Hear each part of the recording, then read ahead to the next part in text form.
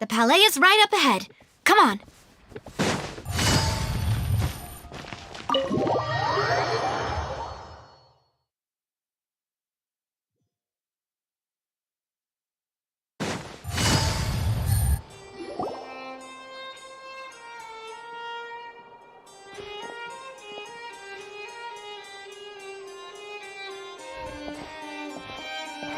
Halt! Please state your business here. The Chief Justice is presently occupied with official matters. This place does look pretty heavily guarded. Guess that proves that Nervalet's files are really secure. Hey, don't you recognize us? Huh? Who are you? Just to be clear, I don't care who you are or who you might be related to. Our rules make no exceptions. See? They've got great discipline, too. Yep. Paimon can tell. If you're here just to crack jokes, I can point you towards the exit. Unlike some, we're busy, so please leave if you don't have a reason to be here. No. What I meant to say is, shouldn't you remember us from a few days ago? We were at the trial of the great magician Linny. Oh, yes, I remember. I read about it in the Steambird. You must be Linny's attorneys. It's all coming back to me now. We're here today to report and archive some information on a follow-up case. Huh, is that even a thing? Of course. Don't worry. We're here on official business. You can trust us. All right then, I'll let you through. The Chief Justice is just inside. Thanks so much.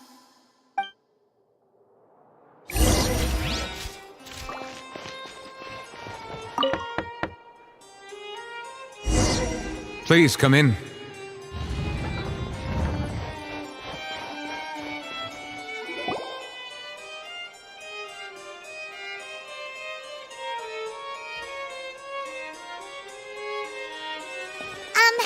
Sorry to barge in, Monsieur Nervalet. We only lied to get in because we didn't know any other way. It's all right. Please let me know how I may be of assistance to you. So you're not mad at us? We're looking for a man called Vacher. He may have been an eyewitness in the serial disappearances case. If we can find him, we may be able to unearth some key information on the case. Ah, I see. In that case, please wait here a moment while I browse through the files.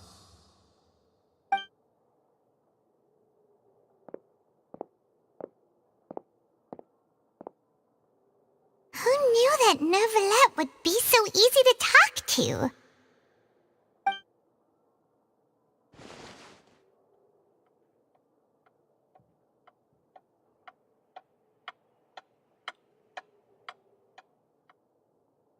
Unfortunately, I'm quite certain that no one by the name of Vacher has been involved in any case, criminal or civil, in the past several years. There are no records of him either in the files or in my memory. Traveler, what if it was really just a dream? Is that so? All right then. Thank you so much, Monsieur Neuvillette. We'll take our leave now.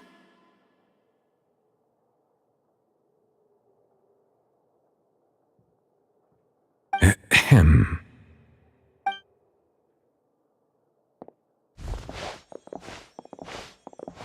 Miss Navia, I can understand how you feel. Your father, Callus, was a truly exceptional man. We deeply regret his passing.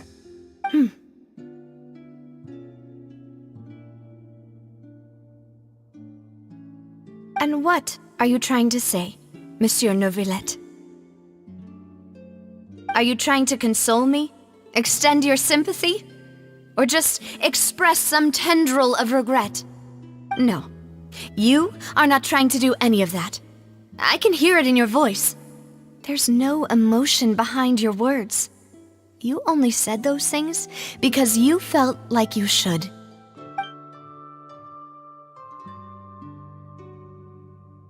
It's just like last time. After my father took his place in the duelist ring, I pushed through the guards to talk to you as a last resort. You even told me then that you thought there was something fishy with the case, yet you still allowed the duel to go ahead. In your eyes, the value of a human life is nothing compared to those cold laws you hold so dear. If you truly regret my father's death, then why didn't you call a stop to the duel? Why didn't you give me the power to stop him from throwing his life away? Why did you just let him die, despised and hated by all? Everything was hanging on a thread at that moment. Just the tiniest effort could have changed everything. There are still so many things I never got to tell him. So many questions he still owes me answers to. If you really have no heart, then just look me in the eyes. I, Navia, will show you the true meaning of regret. I'm sorry, Miss Navia. You and my father are truly alike. You keep all kinds of things in your heart and never say a word to anyone. It's not so much that you can't feel, but that you would never express anything. Oh well. In any case, everyone already knows full well the apathy of the Chief Justice. My apologies for taking my emotions out on you, Monsieur Chief Justice. Let's go, Traveler and Paimon.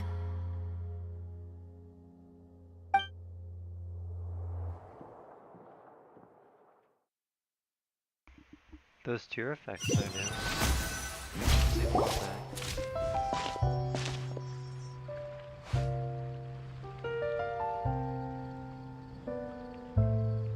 Navia, are you okay? I'm fine. Rain. It's raining. You're right. Wasn't it still sunny when we went into the building? And there shouldn't be any active trials today. How strange. Now that I think of it, on the day my father was convicted of murder, it was also raining. What is it? Did you think of something?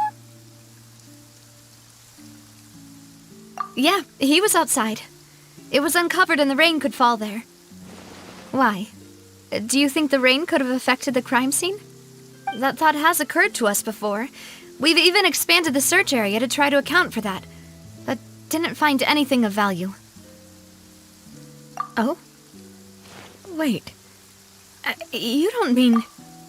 So you're saying that the true murderer could have been turned into water and then got washed away with the rain? Yeah, and if that's what had happened, then no one would have believed your dad, even if he explained what he saw to the authorities. I really think I found a true genius for a partner. You're completely right. How did I not connect the dots earlier? All right, let's go to Poisson. With this new lead in mind, we'll get to the bottom of my father's case for sure. Yeah, we're gonna make progress for sure this time. Do you want to go with me now? Or do you want to head over by yourself later?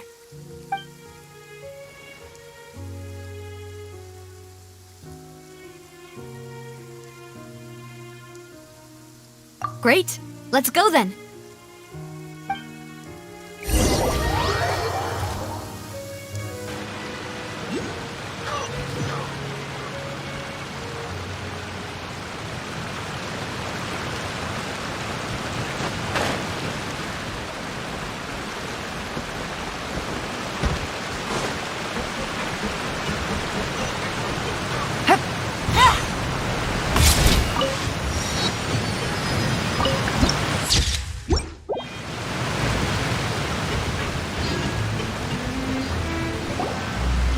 Whoa, what a huge ship!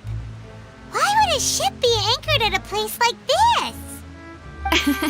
There's no need to be so surprised. While it may look like a ship, it's actually Spina di Rosula's headquarters. My father was the one who asked for it to be built like this. Perhaps our taste in exterior design is the only thing we occasionally had in common. A gigantic and glamorous ship embodies discovery, opportunity, ambition, and conquest. It symbolizes Spina di Rosula's bright and limitless future.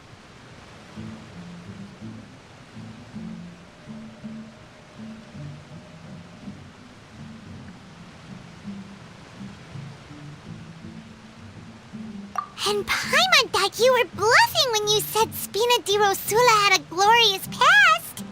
Paimon was confused why a group with such a history would live in the sewers. But now that Paimon has seen this ship for herself, she's been convinced. Well, Poisson is where Spina di Rosula began, after all. It's our main base, our home.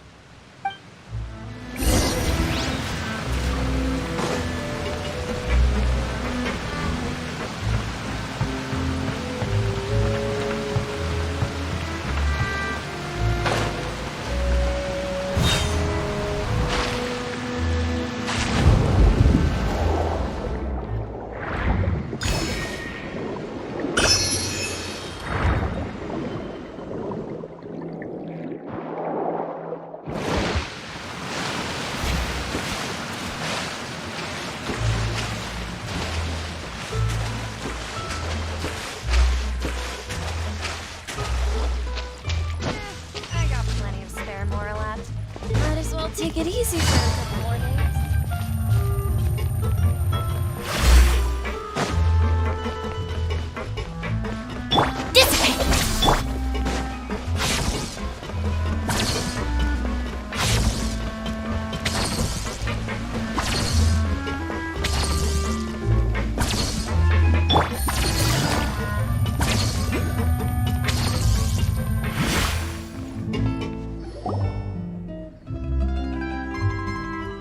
Melus, we're back! Apologies for the wait, demoiselle, and our most important partners. You said before that you still had some business at the court. What brings you back to Poisson so quickly? About that. It's because my partner here reminded me of something really important. You see, what if my father's case had something to do with water from the primordial sea? You still remember, right, Melus? On that night, it was raining? Yes, the case was quite similar to that of Mr. Linney's. Both were what you'd call impossible murders. Could you tell us a bit more about what happened before? Yeah, of course. Many years ago, something called synth began to gain popularity in Poisson. At a glance, it was a kind of drink that could excite your mood and produce many pleasant hallucinations. Wait! Didn't that guard guy who turned into water also mention that the primordial water could be used to produce some kind of potion? Yes, he did. Considering what we know now, it's almost certain that synth is created using water from the primordial sea. If you drink synth for an extended amount of time, you'll suffer many side effects, such as losing the ability to focus or control your emotions. And if you were to stop drinking it completely, you'll experience flashes of paranoia and anxiety while lacking energy to do anything. It's an extremely dangerous substance. As he oversaw Poisson, my father was compelled to put a stop to synth abuse and called for a complete ban of it. Boss's uncompromising attitude incurred the synth vendor's wrath, but no matter how much they threatened or bribed him, he refused to yield. Not only that, Boss became determined to find the mastermind behind the synth operation and put an end to the problem once and for all. Yes, but the enemy was very cunning. So he could never get anything out of the dealers, all of whom only sold the stuff and weren't privy to the rest of the operation. Recognizing that, my father decided to contact the dealers in secret and cultivate personal relationships with them. Finally, he was able to convince someone to become his informant. The man's name was Jacques. He felt greatly ashamed about his work after seeing many families destroyed by synth abuse. That night, my father hosted a banquet at his countryside estate. He planned to meet up and exchange information with Jacques over some food. But then, we heard 2 gunshots from the courtyard. We raced to the scene and found my father, still holding a gun, and Jacques, who was already dead on the ground. Huh? How did happen? Aren't they on the same side? Sounds just like Lenny's case, doesn't it? In both cases, the culprit seemed obvious, but neither appeared to have any motive at all. Looking back on it, though, I now believe the most important clue was something we all overlooked at the time. There were pieces of clothing left at the scene. Precisely. It's all thanks to you that I made the connection now. Back then, we all just thought they were some costumes that Jacques used to disguise himself at the banquet. But, considering it now, it's almost certain that they belong to a third person at the scene. With one extra person, we'll also need to reconsider why the 2 shots were fired. You're right. We still don't know what happened. But my intuition tells me that we're on the right track to figuring it all out. I'm finally headed towards the truth. Jacques was an empathetic man who was infinitely remorseful for his past actions. It's unlikely that he turned on Boss with 0 warning. I think this third person is probably the key to the full truth. On that note, however, even though this will not please you, demoiselle, as your and your father's butler, I must still offer a word of warning. Our opponent is insidious and cruel. They are extremely difficult to deal with, and Boss has already lost his life trying to bring them to justice. Even though Spina de Rosula has lost most of its former glory, Poisson has welcomed a new time of peace, and we have been allowed to live out our lives. There is no need to follow your father's path. It would be both wise and in line with Boss's wishes to step back and give up on the case. If that's indeed what he wished for, then he should have told me that himself. Was I not the closest person to him? And yet, I was the one most kept in the dark. What was the point of him dying without sharing any of the secrets he knew? Did he manage to protect anything in the end? Synth is still here. Callus the Unfaithful is still his epithet. And Spina di Rosula is barely getting by. Nothing has changed. Did he think I'd just accept his meaningless death and live out my life just as meaninglessly? I've never accepted that, ever. Not since that day, and certainly not now. I want to find out the real answer for everyone's sake. For the missing girls, for the victims, and for myself. Navia. This is indeed the best moment to act. Your partner appears to be quite reliable, and more importantly, demoiselle, I think you're also ready to take this on. So you do know something else, Malouse? Yes, I do. In fact, even before that banquet, Boss already knew of the connection between Synth and the serial disappearances case. But what drove all the tensions to the boiling point was the revelation that you, demoiselle, had been selected as the next target to disappear. What? Boss also didn't tell you that he had been diagnosed with a rare illness. The doctors told him that he had no more than 5 years left to live. And the serial disappearances case caused him great anxiety. 5 years was nowhere near enough time to resolve this long-standing conflict, but once he passed away, all the danger would pass on to you. Knowing all of this, he decided to use one final intimidation tactic before his death. He claimed to have already gotten his hands on some key incriminating evidence for the other side, and even told some members of Spina de Rosula about the details. But as long as you remained safe, he would not share the evidence with the public. If something were to happen to you, then he and all those he told would immediately expose all they knew about Synth and the disappeared victims. Right, so nobody would be able to get off scot-free.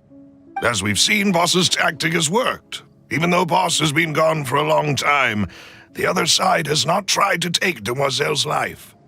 No, I don't believe it. He never appeared to look sick to me. No father wants their daughter to see them weak and haggard, especially someone as proud as Boss. To him, dying in a duel and suffering lasting dishonor as the unfaithful were still far preferable than losing face in front of his daughter.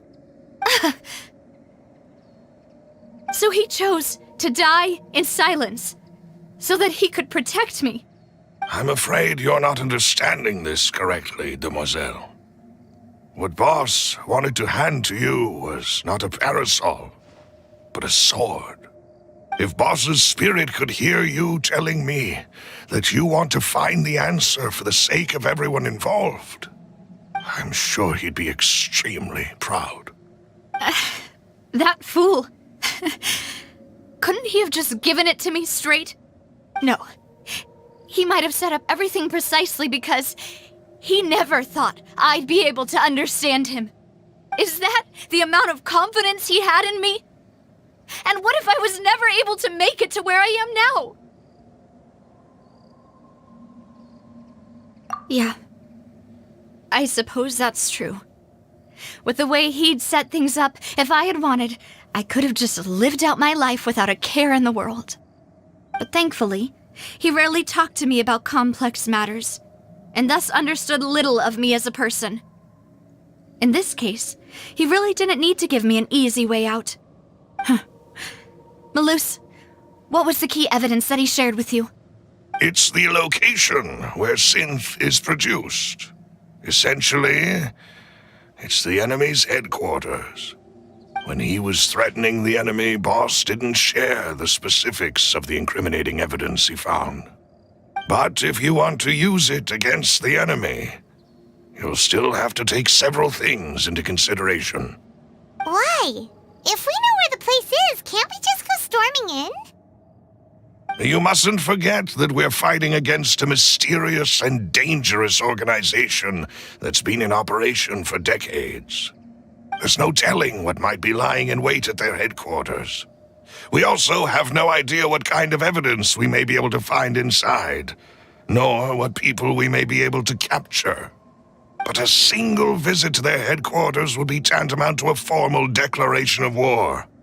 The worst case would be that we leave empty-handed, but also open ourselves up to full retaliation. Then, in that case, why not work with the Fontaine authorities? Well, you saw one of them dissolve during Mr. Linney's case. We have no idea just how thoroughly they may have been infiltrated. That's true. Seems my father really had no choice. But things are different now. It should be a lot easier to prove the other side's guilt, now that we've connected Synth with the disappearances case. You sound like you've put a lot of thought into this, Malus. I am the butler, after all. I live but to serve the boss and Demoiselle's will. I've always been willing to take on any kind of risk for your sake. But considering my relative lack of ability, I've spent my time keeping secrets, performing basic investigations, and waiting for the right time to come. Thank you for all of that, Malus. Have you discovered anything new in the past few years? Let me think.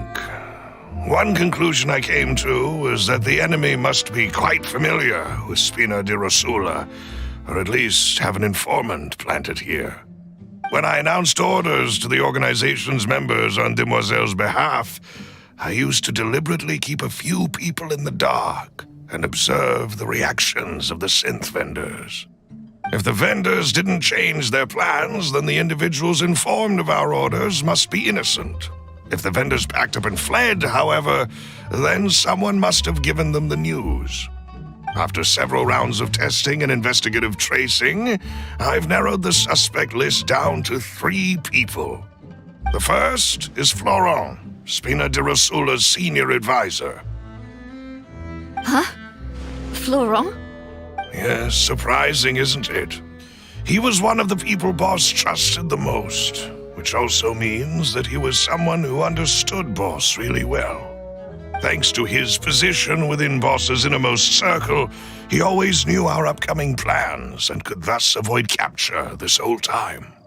There's someone else like him too. Marcel, the head of Confrérie of Cabriere. Uncle Marcel. It's a guild in Poisson. Boss helped it to grow to its current size and prominence. In the beginning, they were only reselling some daily goods, but now they're one of the richest guilds around, with a lot of business connections in the city. So, they're like a sister organization of Spina di Rosula? Yes, you can say that. When we were fighting against the synth dealers, they provided us with plenty of support. It's a bit difficult to imagine someone using their own money to hunt down themselves.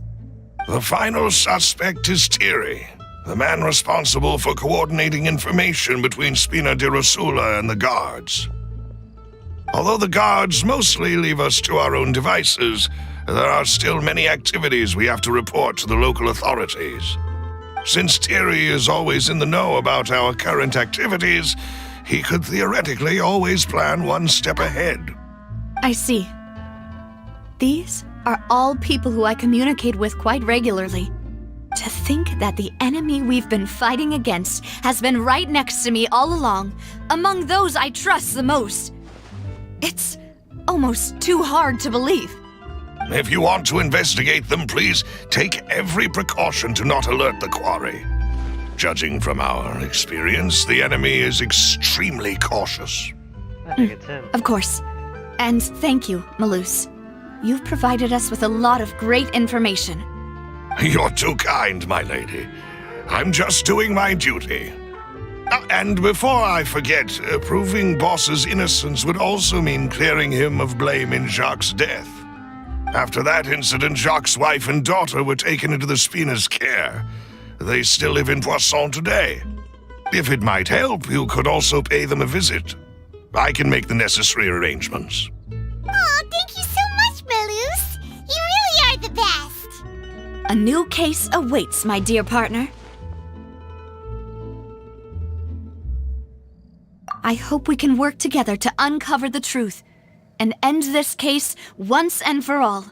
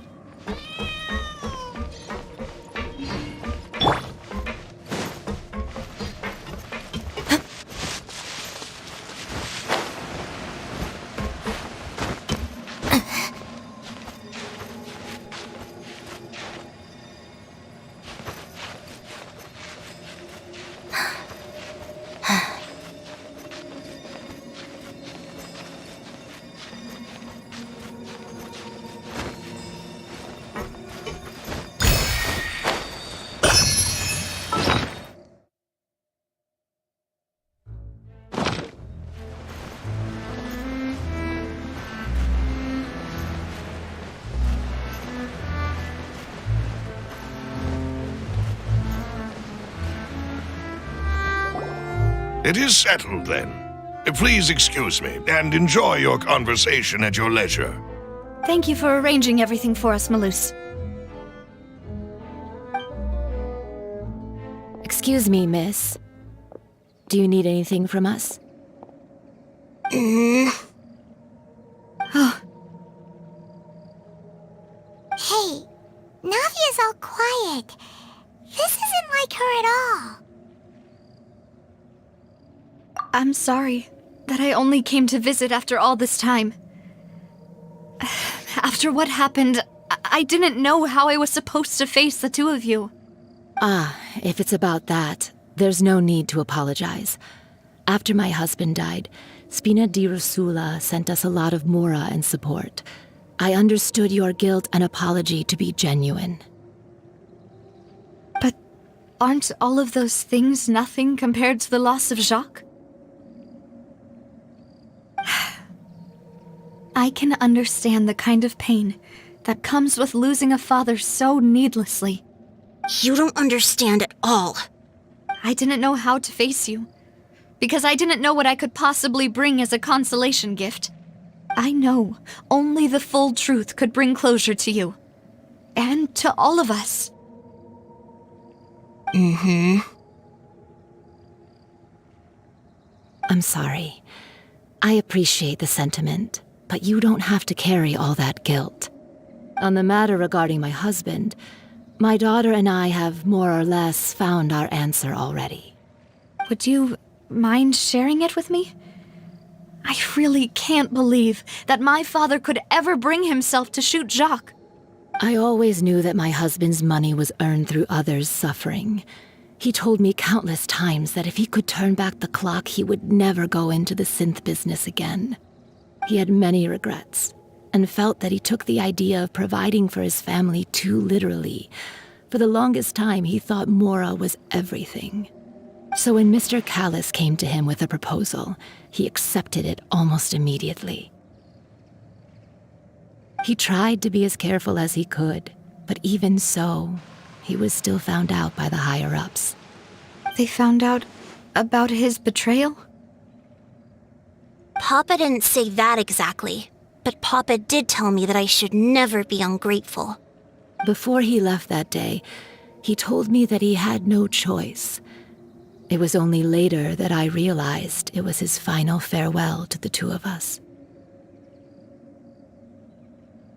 I don't know that for sure, but you could say that's the conclusion I eventually came to. Which is why I'm the one who should feel guilty. Callis had always taken great care of us, both when he was still alive and after he passed away. Even if he fired the shot that killed my husband, it was likely in self-defense. It is impossible for me to hate him for what he had done. But Mama, why is Papa still the bad guy if he did the right thing? Papa always wanted to be a good man, so why did he have to do a bad thing in the end? Well, things aren't always as they seem. You still feel like your papa was a good man, right? Yeah, Papa was a really good man. The best in the whole world. Then you should hold on to that. If a good man had to do a bad thing, then he must have had his reasons.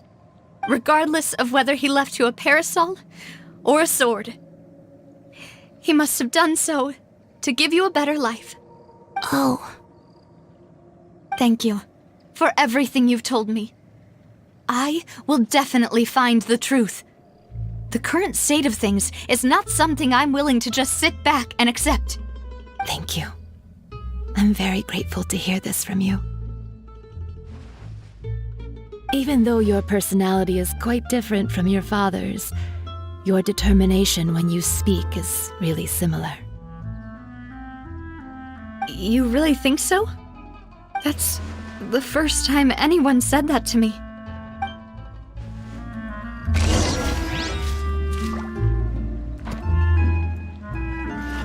Are you okay, Navia? I'm fine. Don't worry. Let's investigate the 3 suspects next. Clarence should be nearby, and we should be able to find Thierry and Uncle Marcel in the city. I'll get myself together on the way, so please don't worry. Greetings, boss. How may I be of assistance today? I'm sure you've heard about what happened at the Opera House. Someone got turned into water right in front of us. Yeah, I've heard.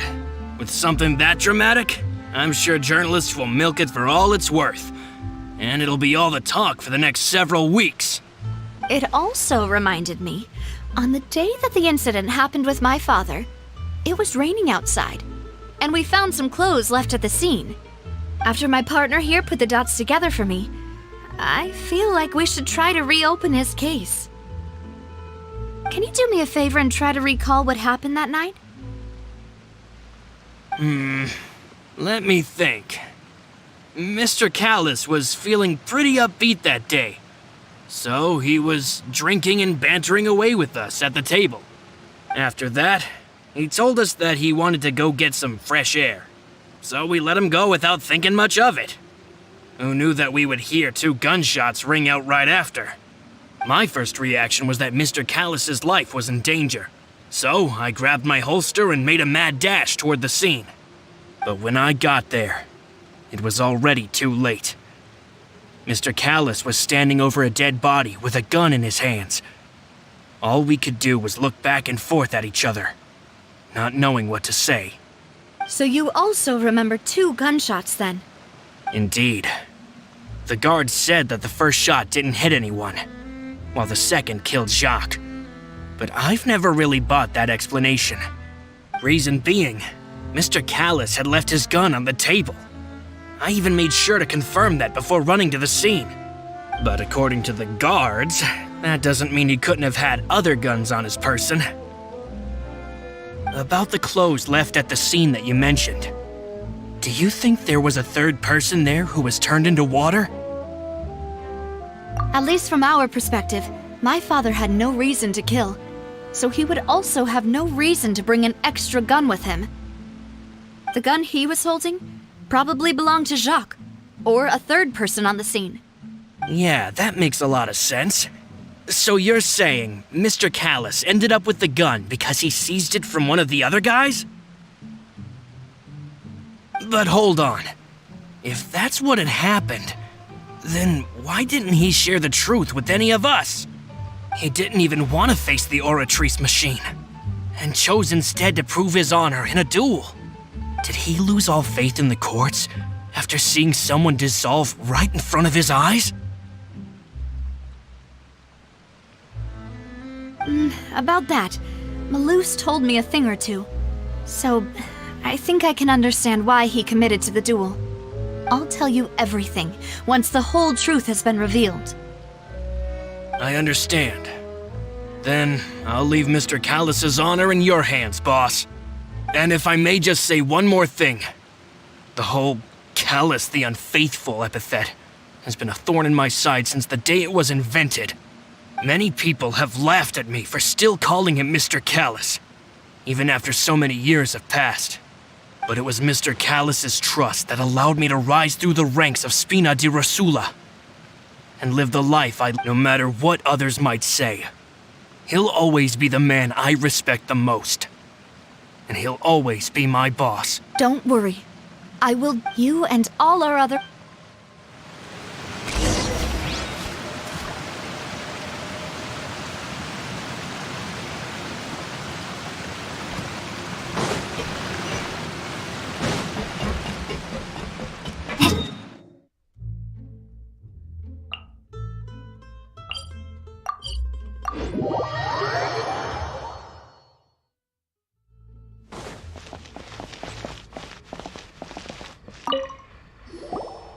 Hey, Thierry, it's me.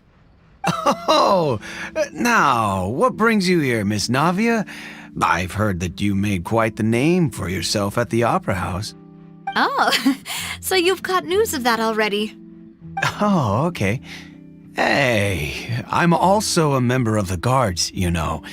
The way you make it sound, people would think I was sent off to Poisson because I had done something wrong. Are you sure there isn't a little bit of truth in that? Under normal circumstances, shouldn't you have been called back to the city already? I mean, where I work is really up to me. Let's just say I enjoy the ambiance of Poisson. Callis did a fantastic job running the town, building Spina di Rosula from the ground up and clearing many obstructions in my way. It would be next to impossible for me to find a similarly easy but high-paying job in the city. Anyway, enough chit-chat. Are these 2 friends of yours? You, here for some formal business? Yes. These 2 are my partners. What happened at the Opera House made us realize that Linny's case and my father's may be related. We're trying to reinvestigate the details of my father's old case. Ah, I get it. You think there might be more to the case now that we know people can be dissolved into water, right? I was also flabbergasted when I first heard of it. If you want to go through the original files from your father's case, I can help you look for them. That'd be much appreciated. Thank you. Actually, I have another question. Do you have the authority to dispatch Gardamex? Of course. Without them, I couldn't possibly handle Poisson on my own. Why do you ask? We definitely can't use them to forcefully get more evidence for your father's case. Well, You see, just recently, we were attacked by a horde of unnumbered Gardamex in the city.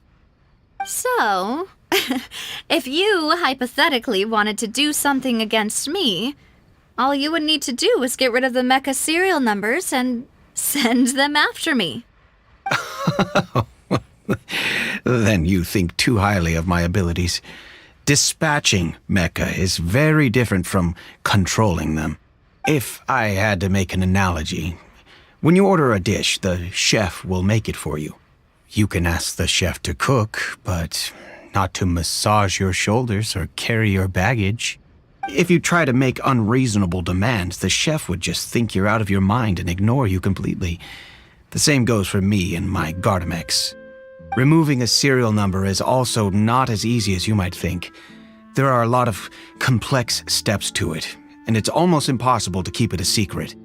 So I can promise you, those mecha were definitely private units. They're certainly not cheap. So whoever their owner is must be super rich, powerful, or both. Now that you mention it, though, being in the synth business would definitely be profitable enough to afford this.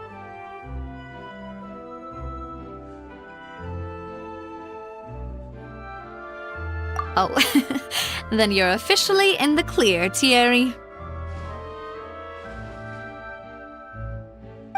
Oh, thank you for the vote of confidence, Navia.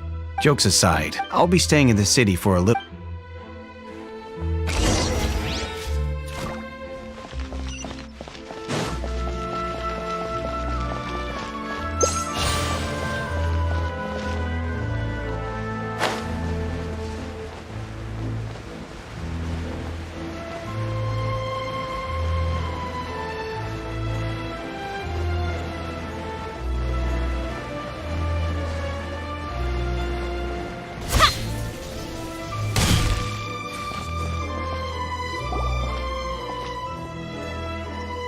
Hello, how may I help you? I'm here to see Marcel. Could you please let him know? You can just say Navia's looking for him. Sure, I will let him know right away.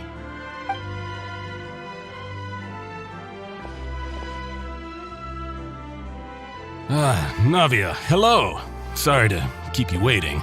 I'm not as young as I used to be, so my legs are giving out a bit. Oh, it's all right, Uncle Marcel. There's no need to stress. I just wanted to talk to you briefly about what happened in the Opera House.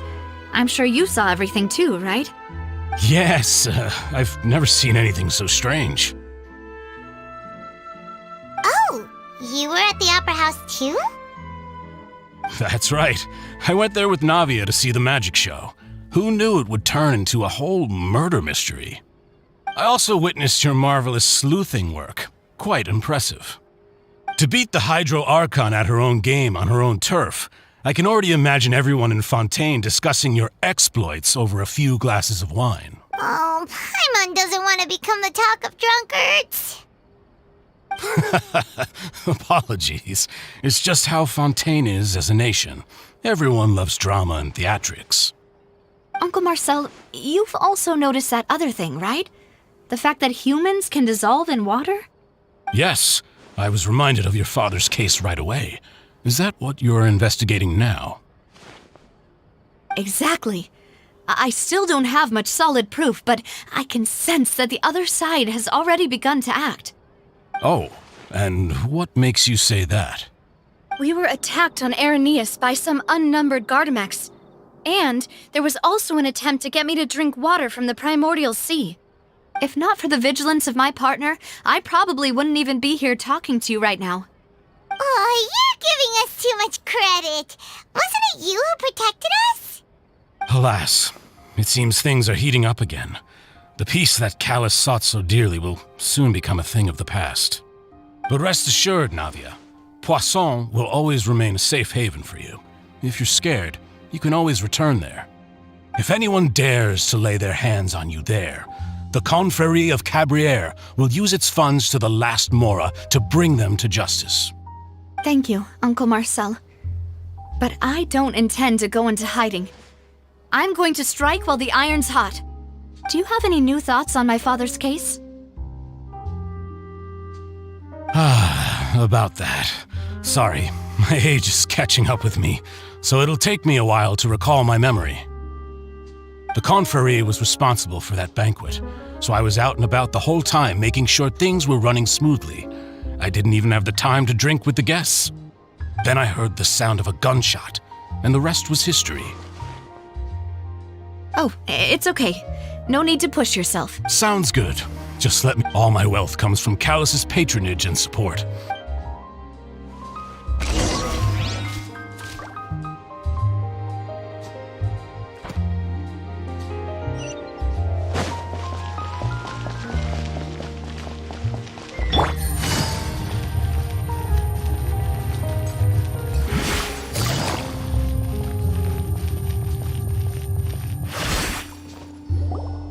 We've talked to all 3 suspects. None of them sounded particularly suspicious.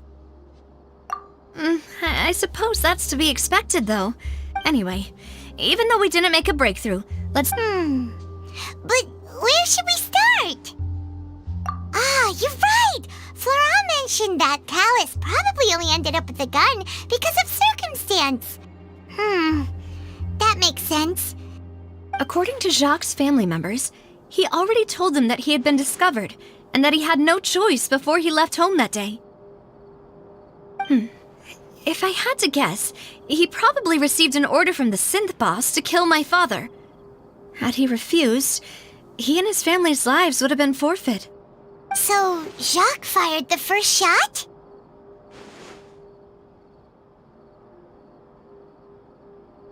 Oh? And why is that?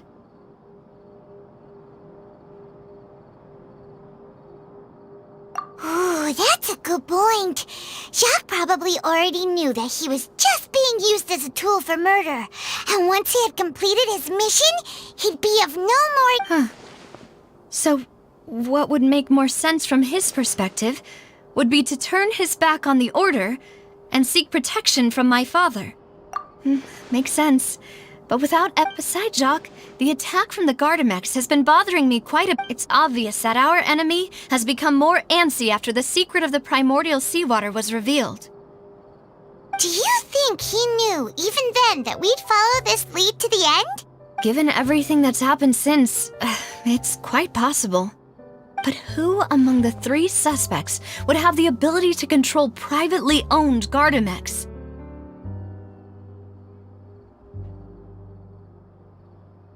Uncle Marcel? My father did really trust him. And with funds from the confrérie, he could also afford a large number of Gardamex. Still really hard for me to imagine. Also, wouldn't this mean he has been spending a whole lot of mora and energy to fight his own? Thierry, you say? But I didn't feel like he was lying. Yeah. If the mecha were taken from the guards, it should be pretty easy to find. Florent? It is true that he was closest to my father, and thus had the best chance of learning about his dealings with Jacques. But as Spina di Rosula's advisor, his work mostly deals with personnel and security, so he shouldn't have... So you're saying he's too broke to afford a mecha army? Exactly. He can't. And even if he could, I don't think he would be able to dispatch a whole group so quickly. Who could it be?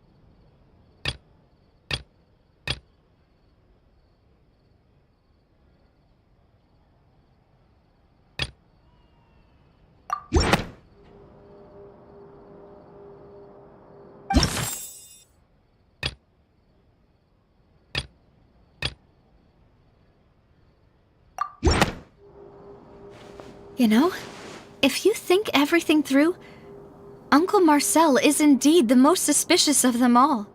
Could we be missing other suspects?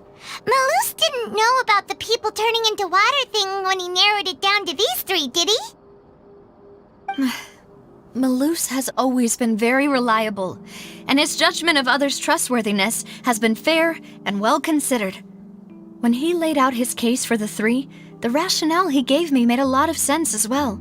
The suspect is knowledgeable about the Spina's internal affairs, has the means to dispatch Mecha to assassinate us, and possesses significant intellect and foresight.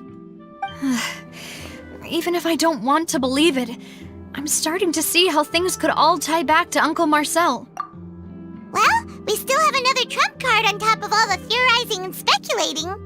Yes, Malus did say that charging straight in there would be extreme. We need far more solid proof before we can hope to go charging in on our enemy. Navia, here you are. Oh, I've been looking for you. Huh? Aren't you the guy from the guards? Yeah. News came from Irenaeus just after you left. We've got another trial on our hands. Wasn't that place built specifically for holding trials? What's so newsworthy about this one? I know. But they said the person they're putting on trial is a Fatui harbinger called Tartaglia. What? Is that someone you know? Yeah, we know him. Maybe even a little too well. Well, he's been accused of being the true culprit behind the serial disappearances case. It's absurd, don't you think? Wait, how? None of our investigations have had anything to do with him. That's what I thought was strange about it, so I came to tell you the news right away. If the charge against him stands, then it'll be next to impossible to get the guards to support any— Right, because they'll think they've already found the culprit. Yeah, and it'll be a lot harder then to clear Mr. Callus's name. I understand.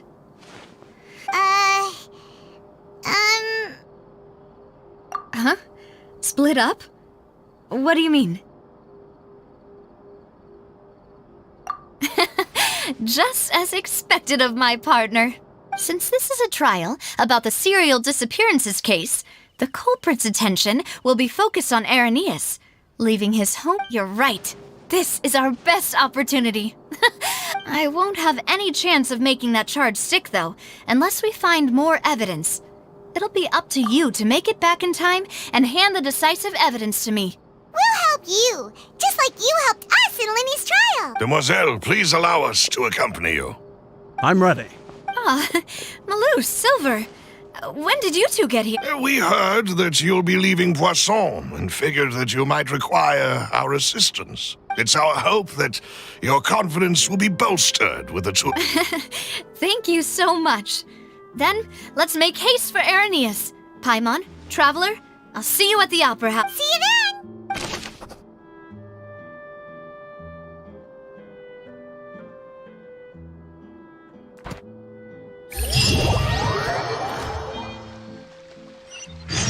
Now that Navia has set out for Irenaeus, we should also get going. The location has already been marked on the map, so let's head over. According to Malus's info, the synth production base is underwater. Let's go and try to find the entrance.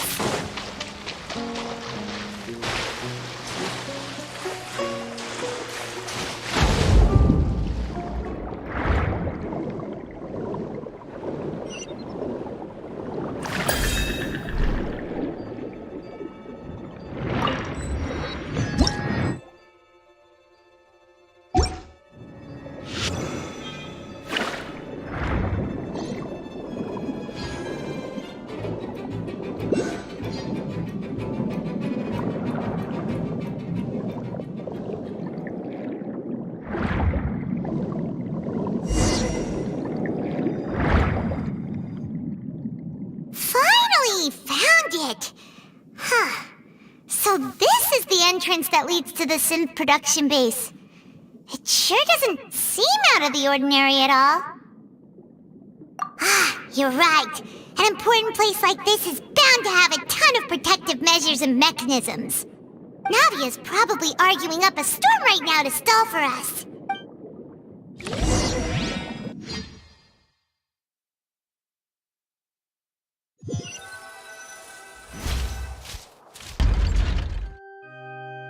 It would appear that I must repeat my question again, Mr. Tartaglia. Do you accept the charge that you are the true culprit behind the serial disappearances case? To be perfectly honest, I don't understand your country's complicated court system, or the reason why I'm being charged with something I've never even heard of. However, I did hear that people who have been charged can choose to participate in a duel to clear their name, in which case, as long as I accept the charge, I can have an all-out fight with that champion duelist Clorend, right?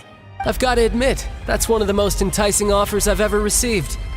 When I privately sparred with her last time, she was obviously holding back. Real disappointing. Hey! Don't you understand? You're currently the prime suspect for a major case. This isn't the place for you to be looking for fights. Oh? Sounds like the Hydro Archon wants to lecture me on the ways of the Opera House. Then why don't you duel me too? I'm the kind of student that learns best in the heat of battle. No. That's not what I meant. Alas, it would appear that communication with the defendant is going poorly, and we have made very little progress. In that case, let me explain everything from the very beginning again. The goal of this trial is to determine the culprit behind the serial disappearances case. That case had nothing to do with him! You've got the wrong man! Huh? What's going on? Why is she interjecting again? I told you it couldn't be. Miss Navia, this is the second time you've interrupted the court proceedings. I only tolerated your behavior last time because you were able to provide the court with a key eyewitness. But that was an exception rather than standard court protocol. Oh, please. Did you ever think I had any respect for this place's pointless theatrics? We can put that discussion aside for now. I'm not here to argue with you. I'm here to charge the true culprit behind the serial disappearances case. And if my charges prove true, then Tartaglia here will be proven innocent by default, correct? Oh, a young lady has charged in and offered to clear my name. How fascinating. Well, I'd gotten half bored to death by all these rules and procedures anyway, so I'll take you up on that offer. So, Your Honor, is there nothing else for me to do now? You may take a seat for now in the audience, but that doesn't mean the suspicions against you have been lifted. Now then, Miss Navia, who is the person you would like to charge instead? That person is...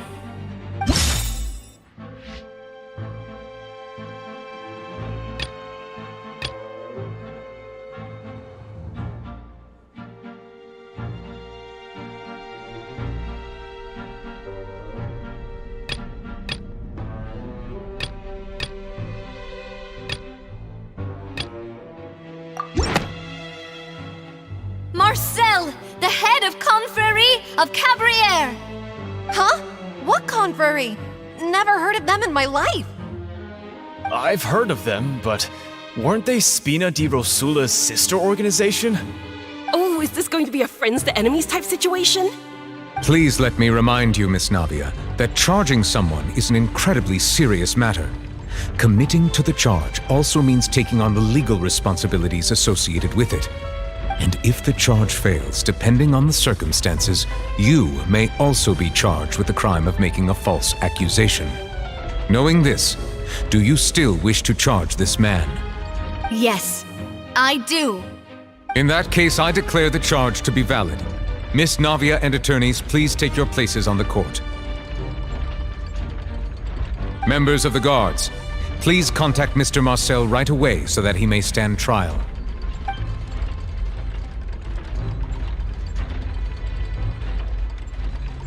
Mr. Marcel, you will not require an attorney. Is that correct? Apologies. It all just happened so quickly. I still haven't figured out what's going on. I think an attorney won't be necessary. This is probably just a misunderstanding between me and Navia. Very well.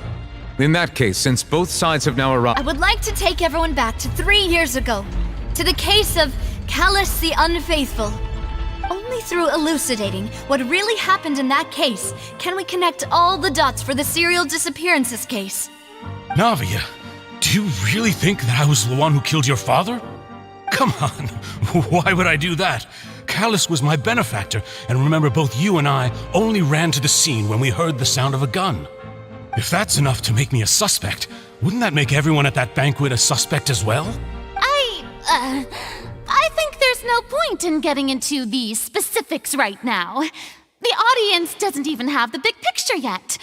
Even I'm struggling to remember some details of that case. Exactly correct, Your Honor. I must refresh everyone's memory. I see. In which case, I will recount the findings about that case as originally recorded by Maison Gardiennage.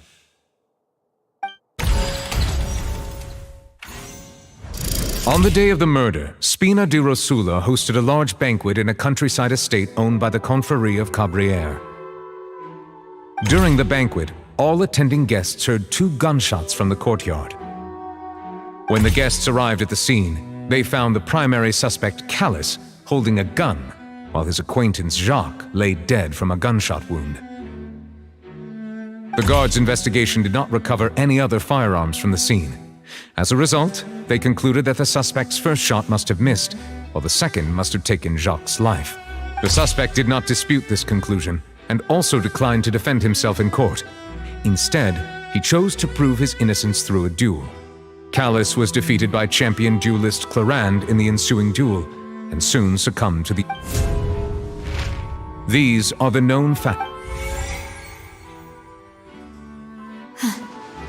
The one with the motive to kill was Jacques, not my father. And even so, Jacques... in truth, the third person shot Jacques first, and was shot in turn by my father when my father seized the gun from him. After that, the true culprit turned the third person into water, erasing all traces of him from the scene. Thank you for the summary, Your Honor. However, we should revisit the case now that we've gained new information about the abilities of water from the primordial sea.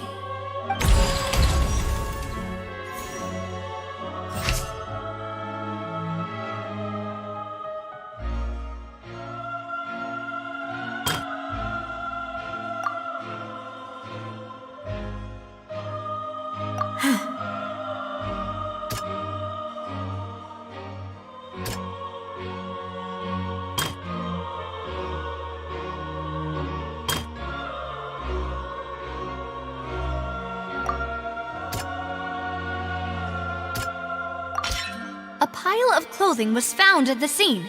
But now, it is clear that the clothes were proof that there was a third person at the scene, and that they were turned into water after committing the murder. Since it was raining that day, the culprit was confident that they could use the rain to wash away all traces of their dissolved accomplice.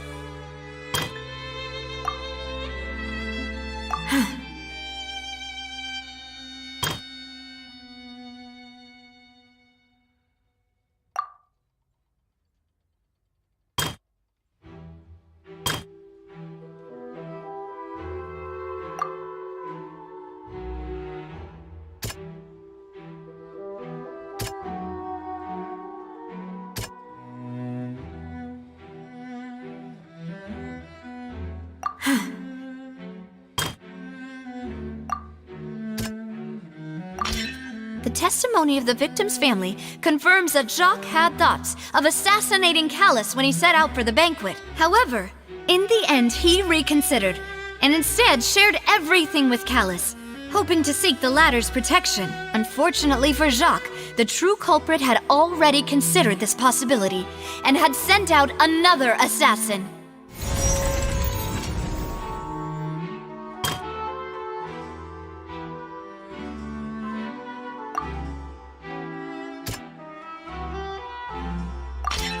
This assassin first shot Jacques, then turned to...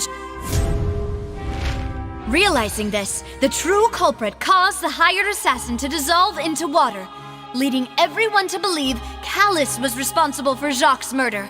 This is the true version of events.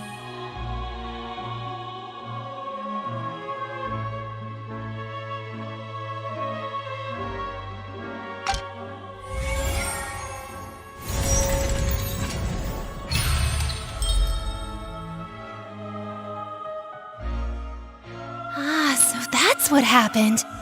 Wait, You're telling me something as dangerous as water from the primordial sea has been used for all these years?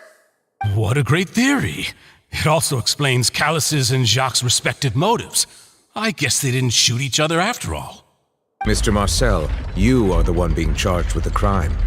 You should provide a rebuttal if you wish to prove your innocence. But I think I agree with everything Navia just said. In fact, there was nothing in her speech that directly implicated me. Then, may I ask some questions?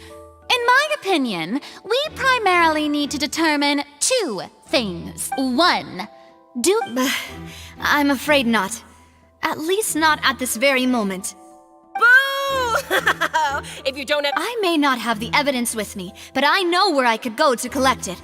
If we look up the deserted clothes against a record of people who went missing around the same time, we should be able to find a match. Considering the serial disappearances case, the guards probably kept careful records of all missing persons from around that time, regardless of age or gender. That makes sense to me. Monsieur Neuvillette, I would consider this to be a reasonable investigative direction. Why do I feel like Farina's acting— Maybe she's scared of embarrassing herself again? Alternatively, she's become more diligent after charging an innocent citizen in the last trial. My second question has to do with the ensuing duel. If the truth is indeed as you describe, then why didn't Mr. Callus explain himself in court? If he had testified that a person had been dissolved, he could have at least mounted a defense. I've thought about this too, and the answer is actually pretty simple. He felt there were things that were more important to him. The dissolving power of water from the primordial sea is an important secret for the true culprit of the serial disappearances case. My father could have exposed it for all to see, but he chose to take it to the grave. At that time, Spina di Rosula was in dire straits, and his reputation had already been shattered.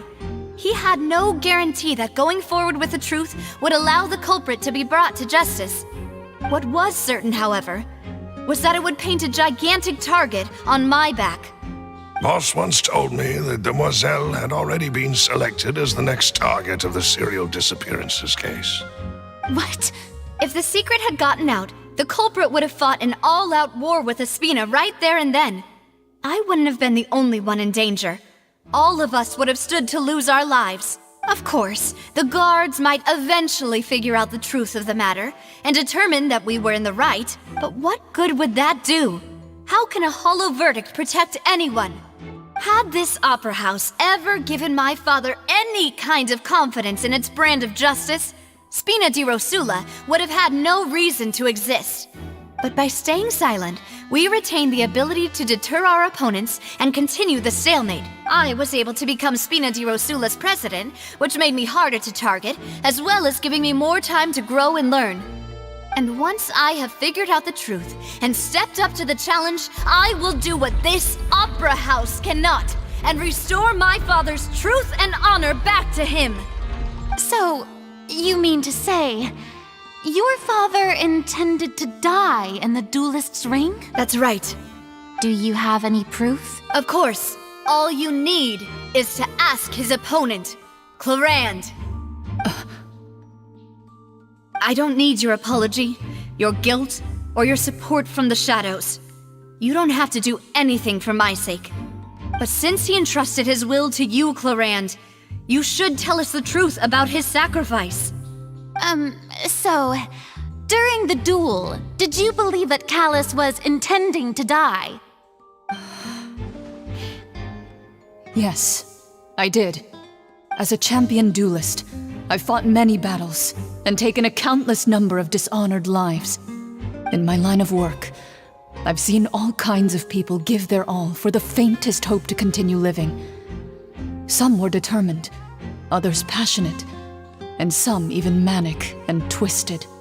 Just one look and I can tell if a duelist is hoping to live or if they're looking to die. I hereby swear on my name and honor as a champion duelist that Mr. Callus never intended to leave the ring alive. Since that's your testimony, I have no more questions. It appears there really are good grounds to reopen this case. I concur. However, Miss Navia, you still have not explained the link between your father's case and the serial disappearances case. Right? What she said was fascinating. Wait, weren't they just talking about the serial? Of course, Your Honor. The two cases are in my father's case. The culprit intended to kill both Jacques and Callus.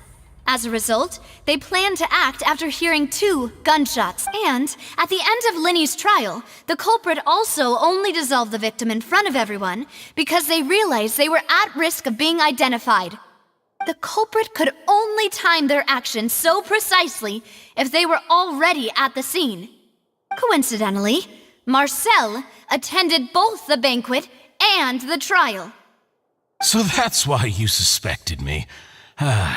Even after hearing your reasoning, I still can't help but find it a little preposterous. I'm used to it, though. You've always been an impulsive and sentimental child, Navia. It's one of your most endearing traits. No need to appeal to pathos. I won't try to refute your points one by one, but even if everything you just said was true, can you prove that I was the only person present at both events? On top of that, does a person have to be physically present to control the timing? Can't someone remotely monitor the place? Know what she can say to that.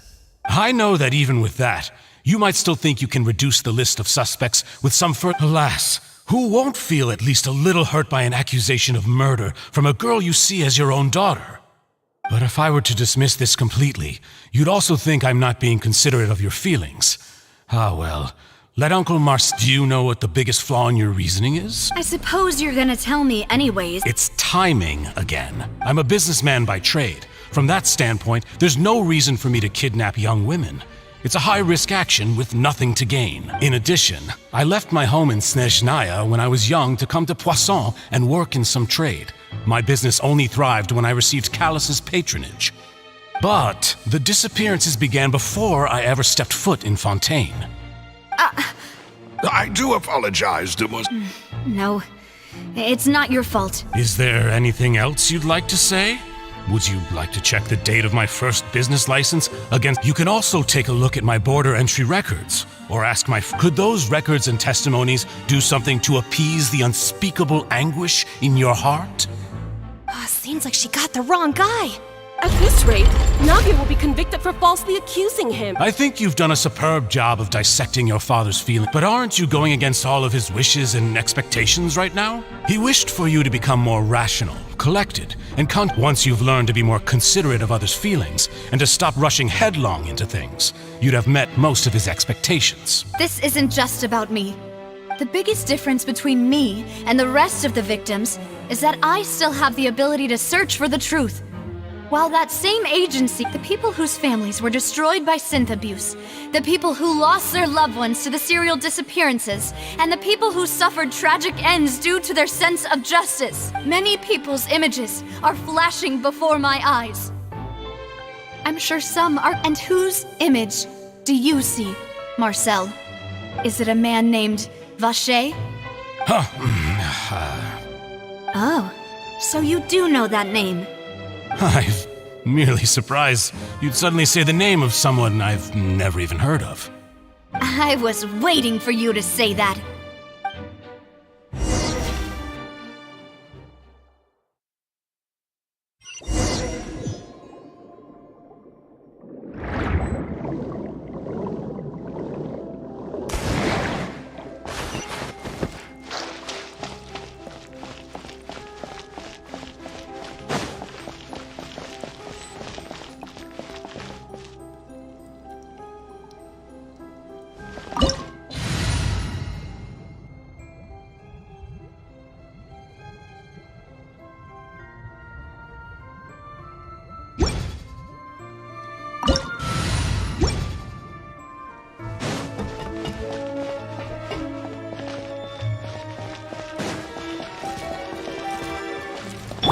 Illusion shattered! Take it easy.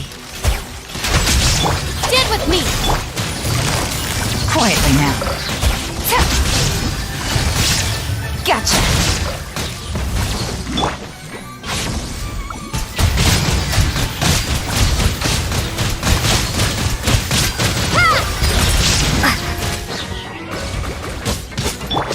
Quietly now.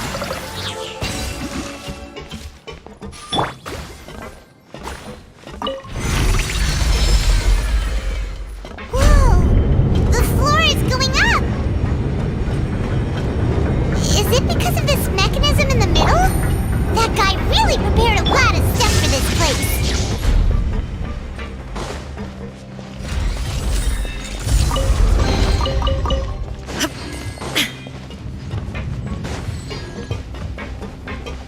Paimon thinks we need to go up, but Paimon doesn't see a way. Let's take a look around. Maybe we'll find a hidden mechanism that'll show us the way up.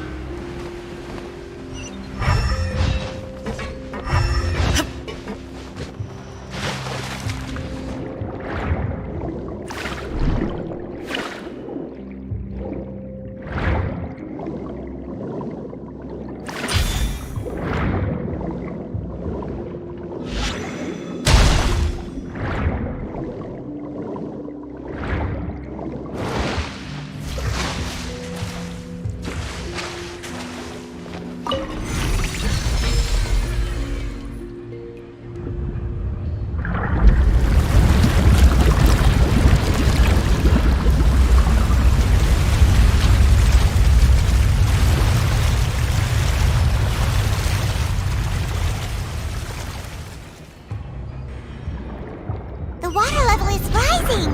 Now we can swim to the top! But this is still a ways away from where we need to go.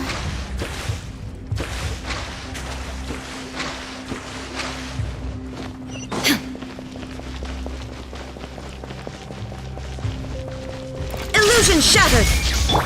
Wipe out! Ha! Stop right there! Busted! Shine down!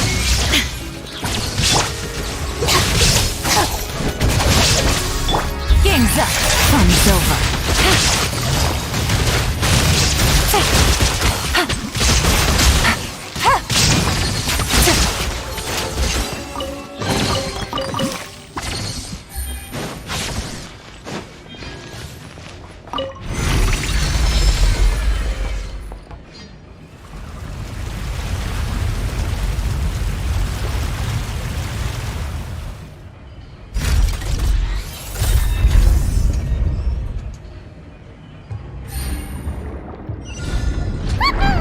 Now the path is clear! Let's go!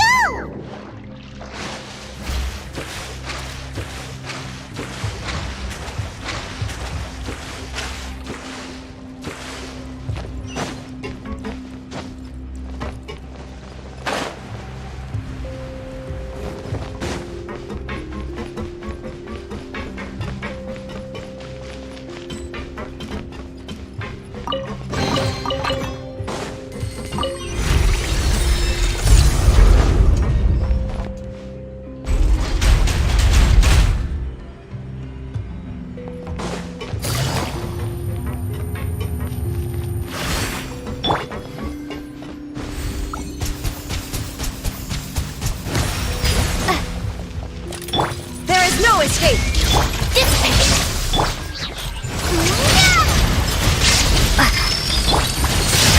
Gotcha! Quietly now. Illusion shattered!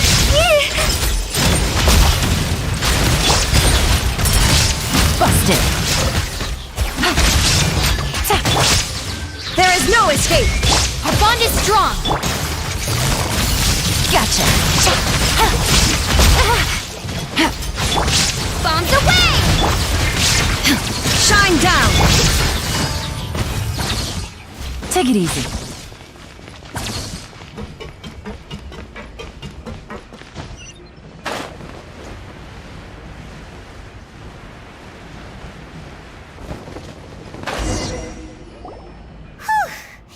After all that, we finally made it to the innermost sanctum. Though, as expected, the mastermind isn't here.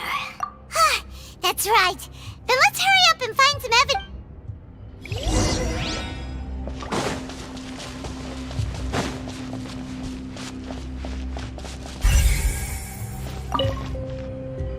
Let's see what's written here. Nothing escapes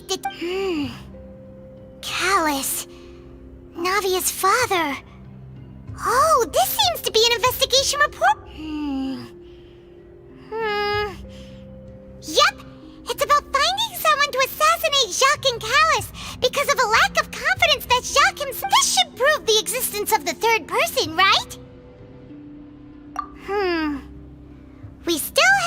determined the exact content of the key information Callus has passed on to certain members of his organization. The old dog's a real menace to deal with. Even if he abides by the promise he's made to us, he can act whenever he wants to make our lives miserable. The only option left is I concur. Let's send someone to kill him. He won't declare war as long as we don't touch Navi. Oh, seems like we've got a bunch of correspondence between the higher-ups.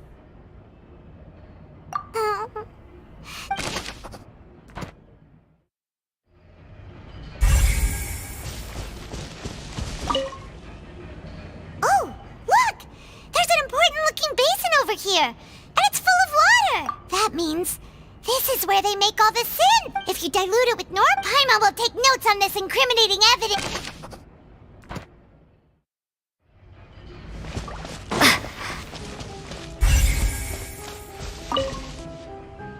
What's all this? Pink accessories, a hair tie, a necklace, even a makeup box. Oh, Paimon sees it too, but... What? Huh? You mean the girls from the serial disappearances? They were... And all the boxes of things. These names.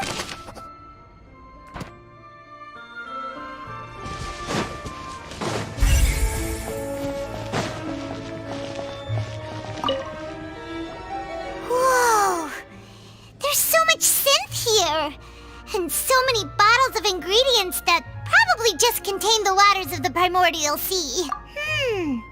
Mixing in progress. Ready to... Whoa! There's even fruit-flavored synth? Yep,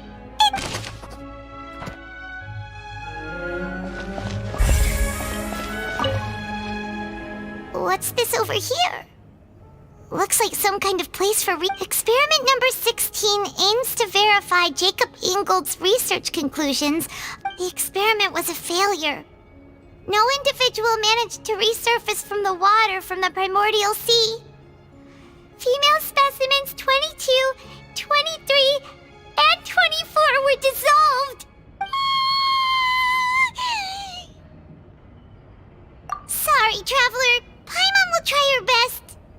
How can someone write something that terrible in such a... You read the rest. Paimon's too scared to keep going. So that's why he did it all. But did he really think he'd be able to find a way just by dissolving people over and over? That's just insane! Huh? Isn't that the name you heard by the fountain? Paimon thought he was an eyewitness in the serial disappearances case. You mean Vache is the one who did all of these... experiments? So that's it! Vache was no, that's not it either! If that's the case, why would he want people to research... In any case... We've looked at almost everything here, and it seems like our theories were spot on, but... Yeah, we haven't found anything that reveals his true identity. No wonder even Nervalette wasn't able to find anything. That way, even if we bring all this back to the opera, we won't be able to identify the Sure thing.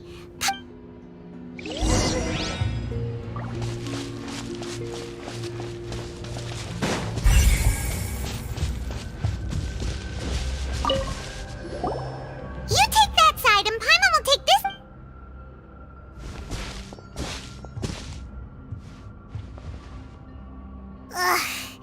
Nothing at all. And Paimon can't even find snacks either. Whoa, really? Let Paimon see. Vinier. Isn't that Vache's lover's name? Then you found... Aw. It's just a normal diary chronicling their love story. She was... So many! A whole page's worth! The final name she decided on was... Marcel.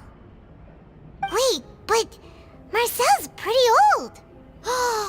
Has this case been going on for so long that he's Vache and Vinier's grown son?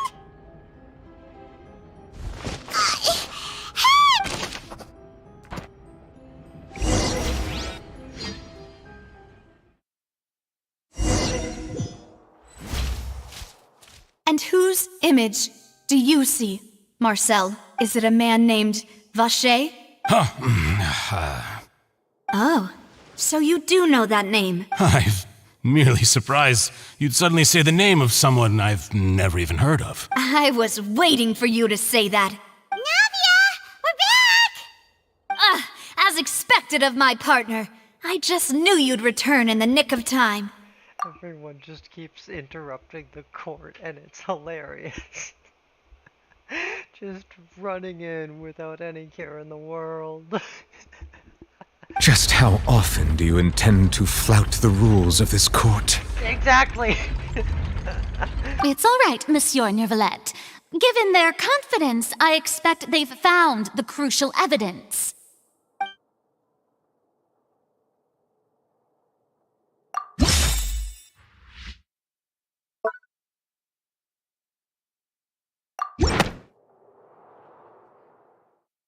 But the truth of it, Marcel, is that you've always been Vacher. Oh, talking. Huh? We've investigated your lair and we already know everything! After your lover, Venier, was dissolved, you kept abducting young women to experiment on the hopes of bringing her back to you! You even created Marcel as a new identity and destroyed all records of your past as Vacher! So that's it. Even the villains in opera performances rarely go that far. And with that, Marcel's motive has now been established. This information regarding your past also dismantles your prior timing defense. Well, Marcel, do you know where you went wrong? You fixated your gaze on the lover that passed away, instead of paying attention to the living people around you.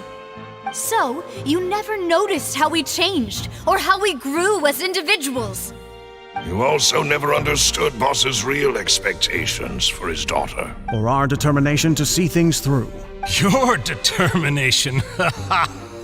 Mr. Marcel, please speak up now if you would like to defend yourself. Otherwise, the trial will move on to the next stage. Do you really think I wanted to do any of this? Pay attention to you? What for? Have you ever paid attention to me? Ever empathized with my pain? Ever known how it feels to watch the love of your life dissolve right in front of your eyes? No one helped me. No one even believed me. All those decades ago, even the officers from the Maison Gardiennage were laughing at me. They said there's no way a human being can turn into water. So I must have gone mad from grief. Vinier's death was brushed away by all of you as if it didn't matter at all. Well, now you know, don't you? Ha! Well, it's too late now. All those who were dissolved are gone forever. You only have yourselves to blame. You set up this ornate opera house in pursuit of your Vinier is dead. We promised each other that we would always be together.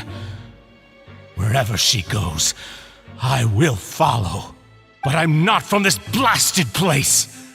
So I can't be dissolved. No matter what I do. Hey, is that water from the primordial sea that he's drinking? I can't dissolve! Can't dissolve! Can't dissolve!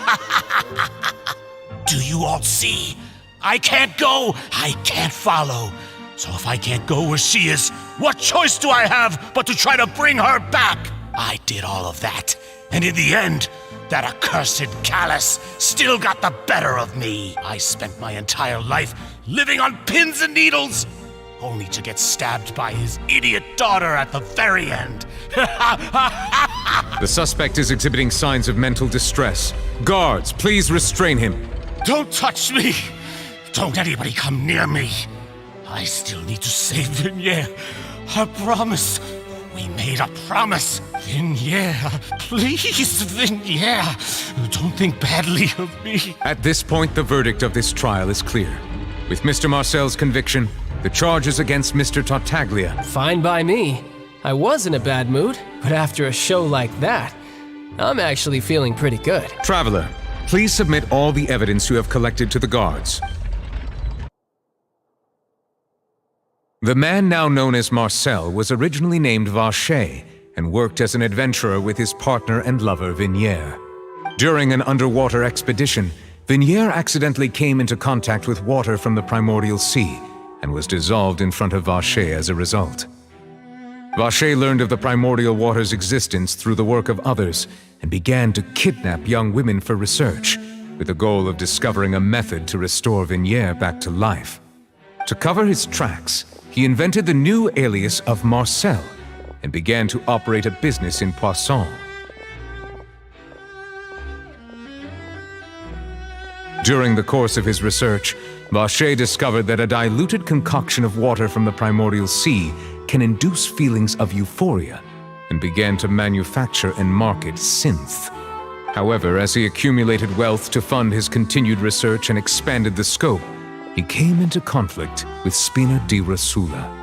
After exchanging blows with Spina di Rosula for many years, Vacher decided to assassinate their president Callus at a banquet. Although the assassination did not go as Vacher expected, he was able to turn Callus into the murder suspect by dissolving the assassin he sent to the scene. And just recently, Vacher attempted to frame Linny as the culprit of the serial disappearances case, using a similar method. However, his attempt to frame Linny failed, and the power of water from the primordial sea became public knowledge. This case also exposed enough of Vacher's machinations that he was eventually successfully charged in court. Thus concludes the enigmatic history of the serial disappearances case, with the truth revealed to all.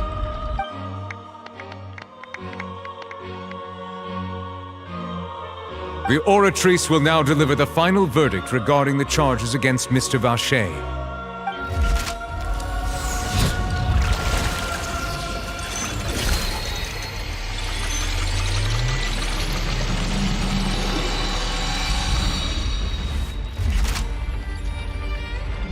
According to the judgment of the Oratrice Mécanique d'Analyse Cardinal, guilty.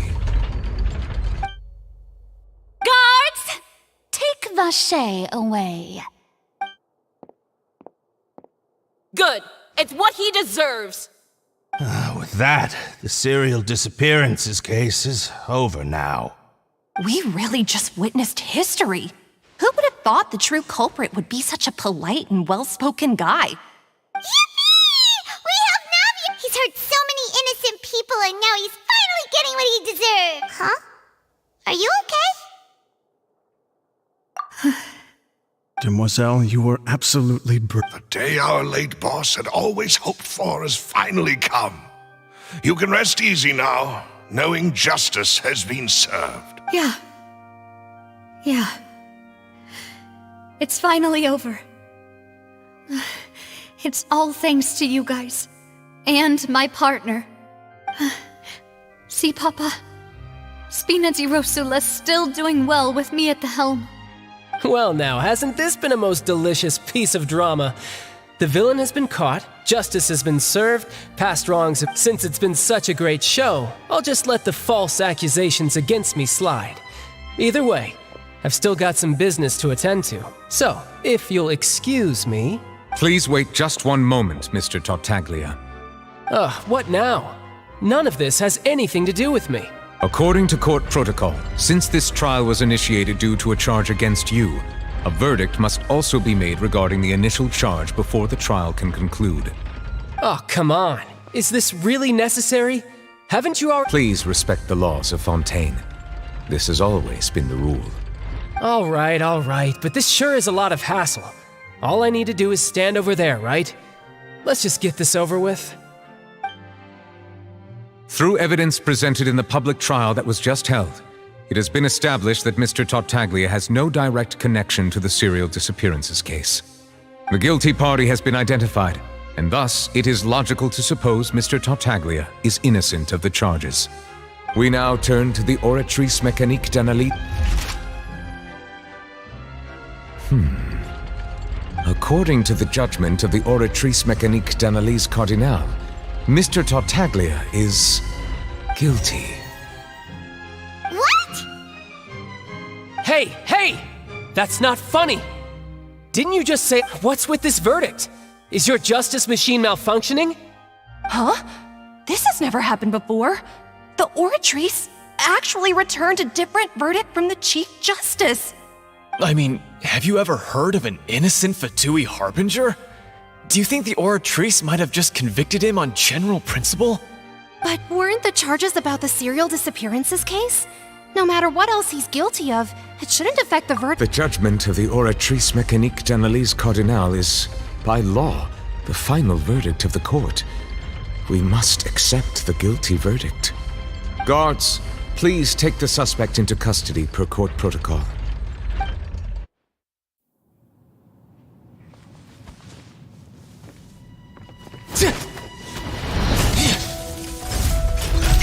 So this is how justice is done in Fontaine. What a joke. You've got your rules. Well, I've got mine too!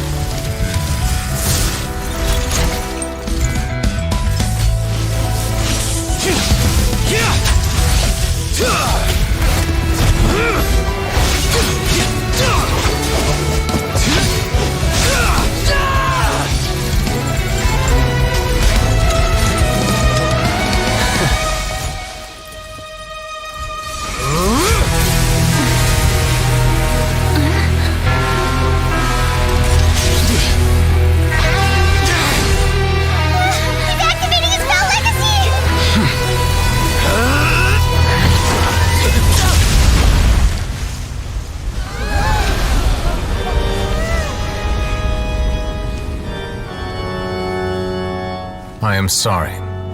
If you have been wronged, we will find the truth. But the rules of the court must be upheld.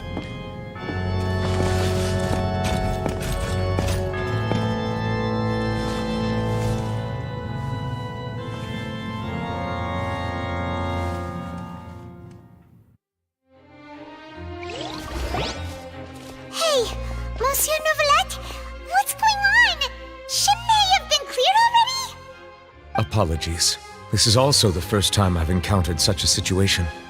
However, according to the rules established at the conception of Fontaine's court system, the Oratrice's judgment is the final verdict of the court. All I do is follow court procedure. As for why the Oratrice arrived at the conclusion it did, you should probably ask someone more knowledgeable than me.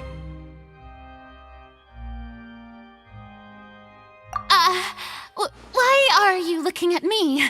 I had nothing to do with it! I don't know what happened there either! Hey, stop staring at me! What does Lady Verena mean by that?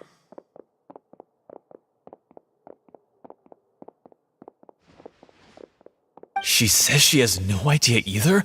But that's impossible. Didn't she create the Oratrice herself?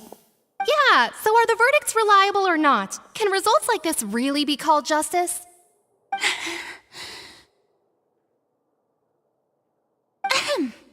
My dearest citizens, did you really think we'd allow an incorrect verdict to be handed out in this court? Did you really believe that the judgment could be mistaken or be the result of some sort of random mishap? Don't tell me you thought even I had been blindsided by the Oratrice's result. But the way she looked just now, it was pretty obvious she had no idea what was going on. However, given the state of things, I shall give you an explanation. Everything that just took place, including my supposed shock and bafflement, was a part of an elaborate performance, with every action meant to stir up drama and excitement. And, of course, for every performance there is a script. Everything has unfolded exactly as I expected from the very beginning. As the embodiment of the very concept of justice, the Oratrice shall never render an arbitrary judgment! If you thought Child had nothing to do with the serial disappearances case, it is only because you've been blinded by the superficial appearance of innocence. Everything he's done, not to mention the danger he poses, are beyond ordinary comprehension and completely unforgivable! All shall be revealed in time.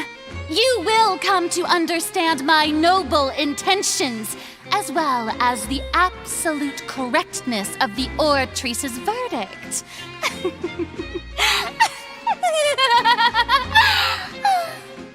Now, having said that, although I hate to leave things hanging in suspense, it is now time for this performance to end. As the lead actress, I shall be the first to take my leave.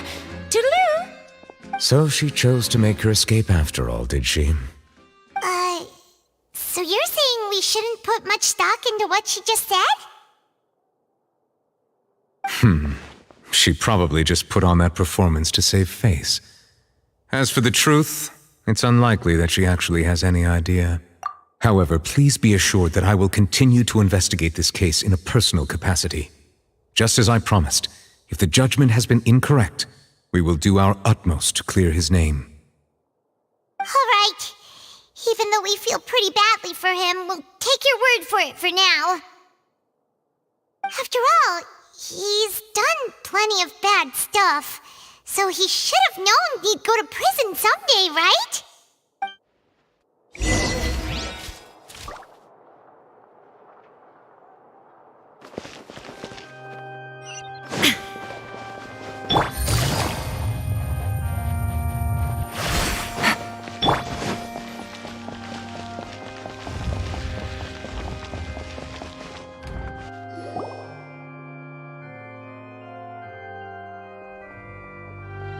Hey, what are you doing? Quick, stop him! Traveler! Hey! Traveler! Marcel! What are you doing over here? Stop resisting arrest! Cease! No, wait! I just want to ask the Traveler something. I'm not looking to run away. Please, just let me ask this one small thing. Go on. Thank you. I was being led away when I finally realized something.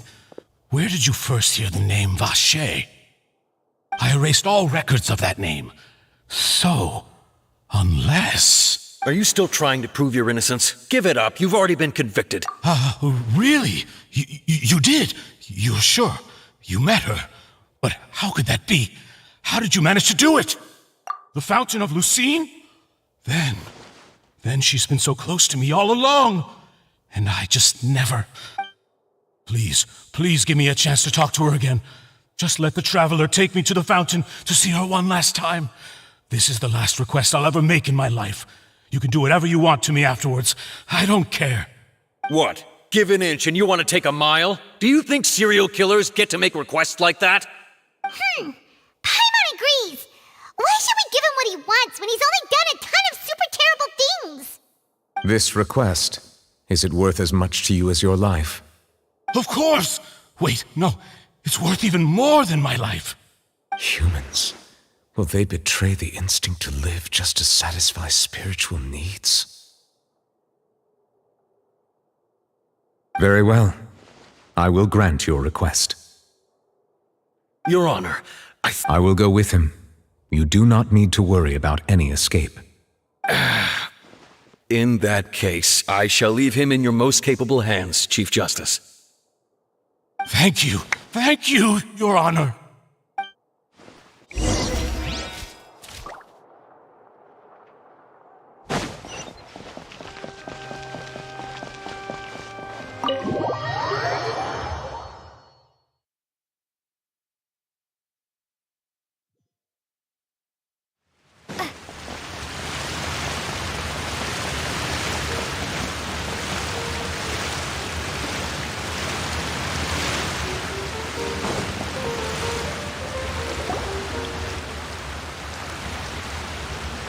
Is this the place? You said she's here, but what do I need to do to see her?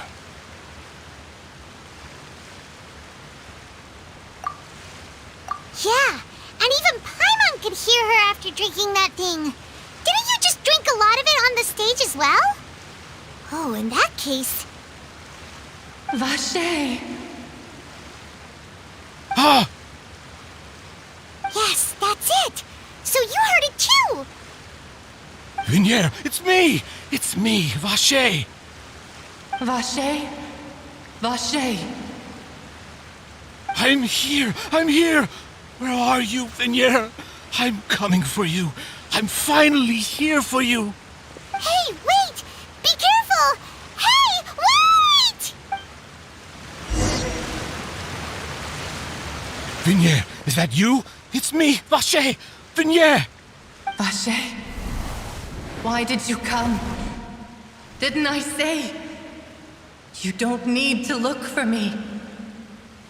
You look a lot older than I remember. How long has it been? It's been more than 20 years.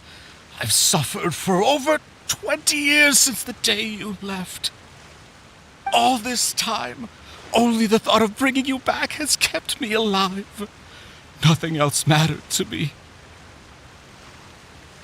I must be dreaming. Who would have thought I'd get the chance to tell you all of my feelings like this? Vignier, you are my everything. I really don't know how I could live without you. But Vache, if you ask me, this world would be better off without you.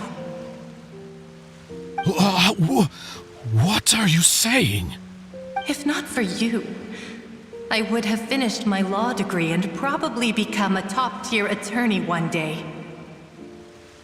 If not for you, I would have continued to pursue my love of the arts, and my works would have been displayed in the Palais Mermonia itself.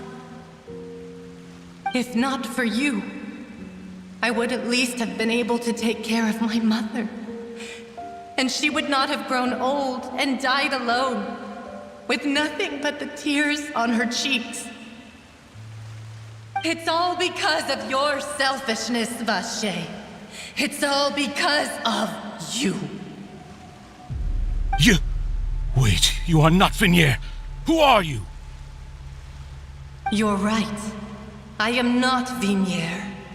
I am the sacrifices. Every woman who died by your hand, as our bodies dissolved, our consciousnesses flowed back to the primordial sea. Our thoughts circulated endlessly within the primordial sea, and we were no longer individuals, but we became one, just as streams of water come together in the sea. I'm Cressy. I'm Lemony. I'm Azine.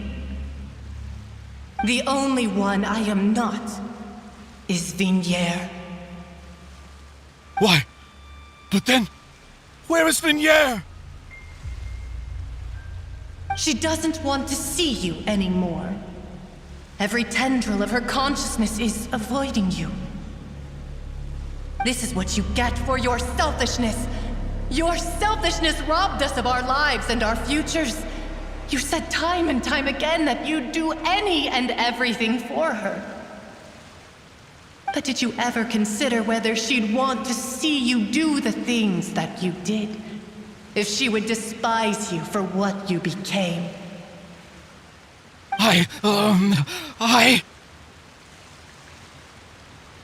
You are a liar, a heartless murderer, and a cowardly narcissist. The only thing you are not is Vignier's beloved.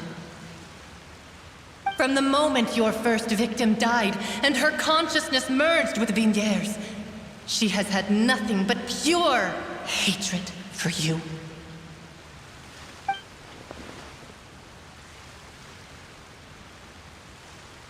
No! Vignier! She can't hate me. Let me see her, please. Have mercy. You still don't understand. When I said don't look for me, that came from the real Vignier. She really doesn't want to see you anymore. But on top of that, she also said that because it's her final drop of pity for you. She said that because she knew that if you did come here, we will show no mercy to you. Vache. Vache? Vache? Vache? Vache? Vache? Vache? Drown.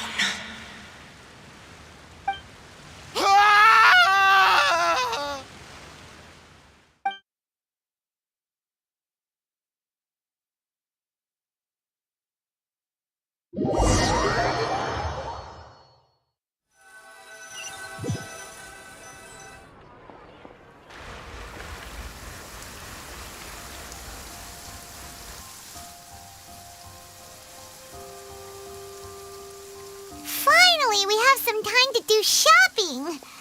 Gosh, it's really been a long time since we've been able to relax.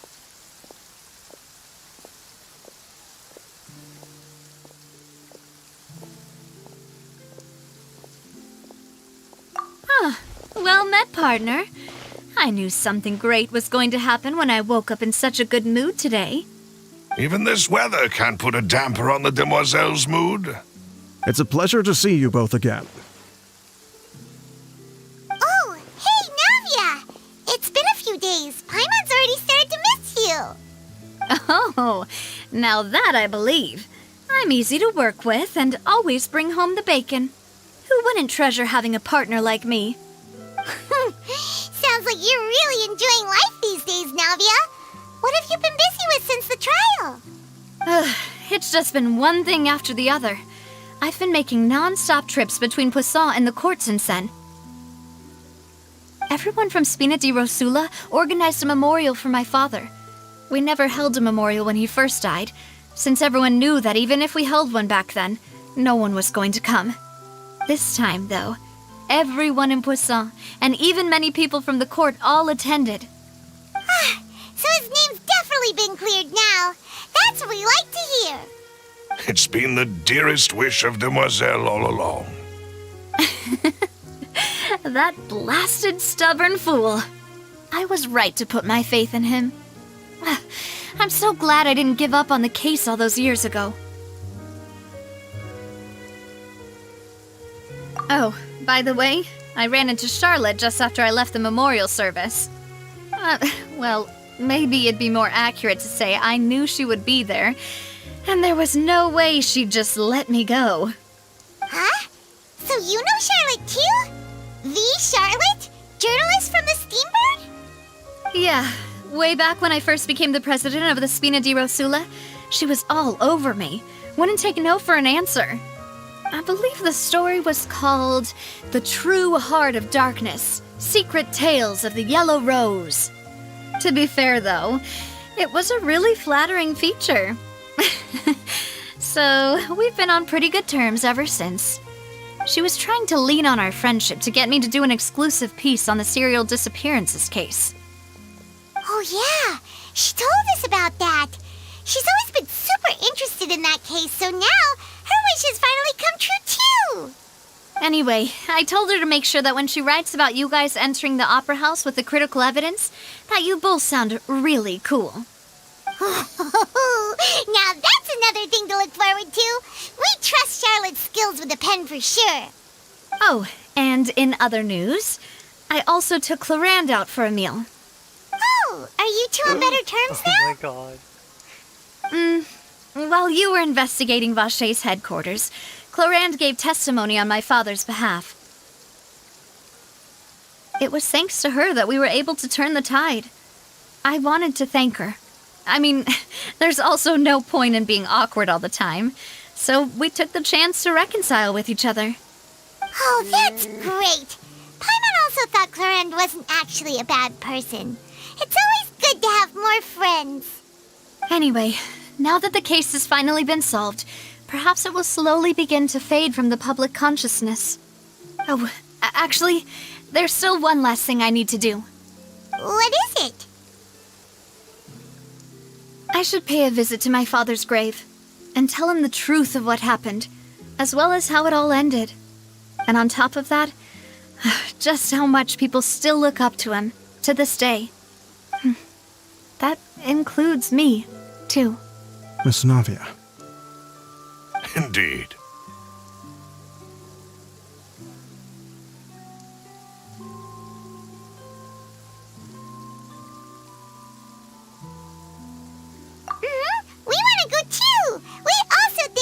is a really admirable person. Sure thing. I'd like you two to share the moment with me. After all, without you, there might not have been such a positive ending. And in that case, everyone, let's be off. Considering the recent weather, we'll be lucky if we can reach Poisson before dark. Yeah, you're right. It's been raining non-stop for a few days now.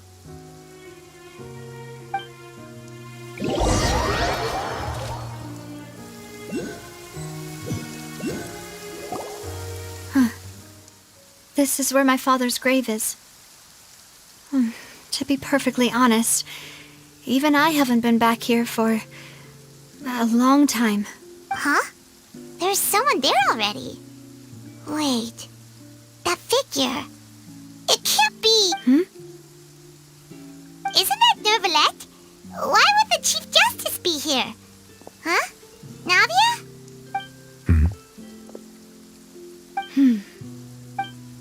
My apologies.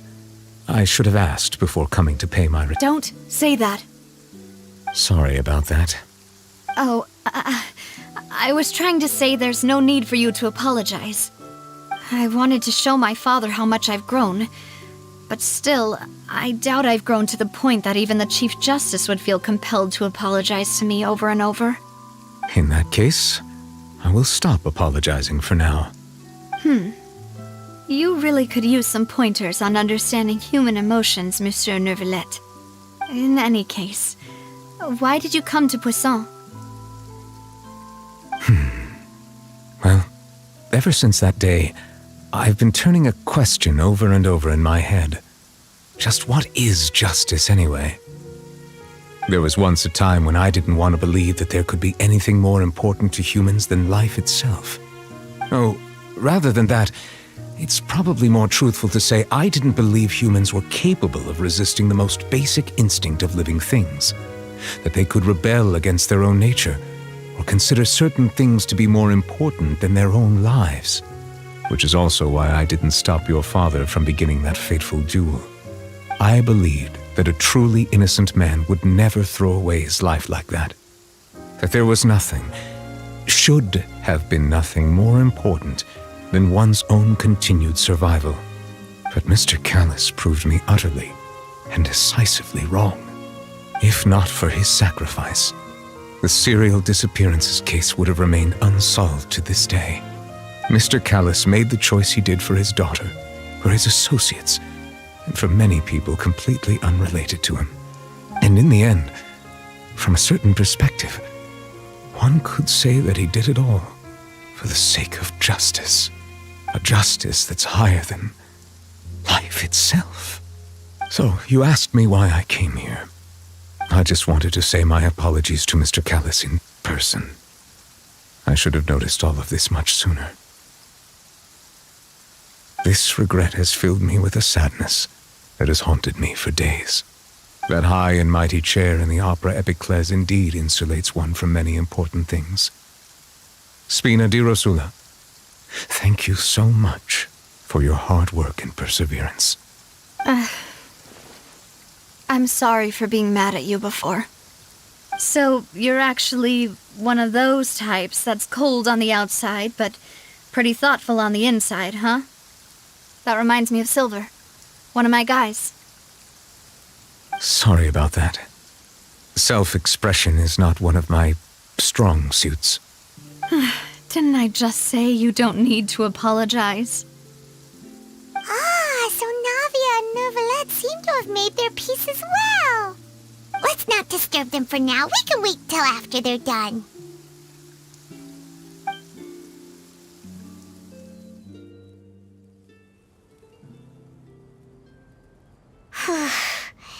Paimon's never paid respects at someone's grave before.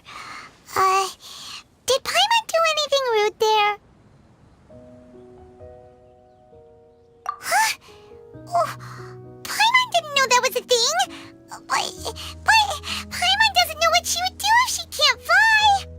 Oh no. Paimon hopes Miss Navia won't be too mad. Anyway, Nervalette is still standing around there. It's It's not often that we can catch him alone like this, so why don't we go talk to him for a bit? If we can't talk to Lady Farina, we can at least talk to him, right?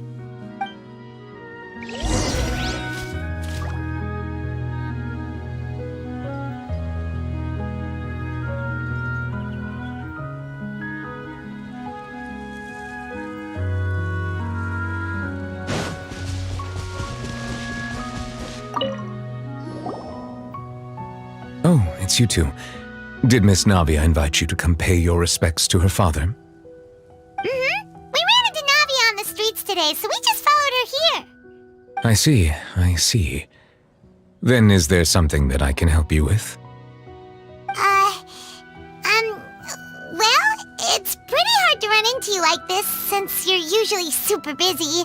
So we figured we could try to ask you a few questions, if that's okay. Please feel free.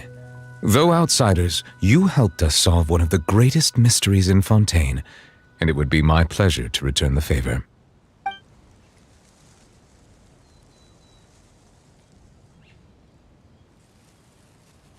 So, at court, the bad guys referred to that special water as water from the primordial sea, but what is it really? Truthfully, that name is already quite accurate. I can only surmise that Vacher and his ilk only learned of its nature and existence after extensive research. There used to be a special sea on the surface of this planet.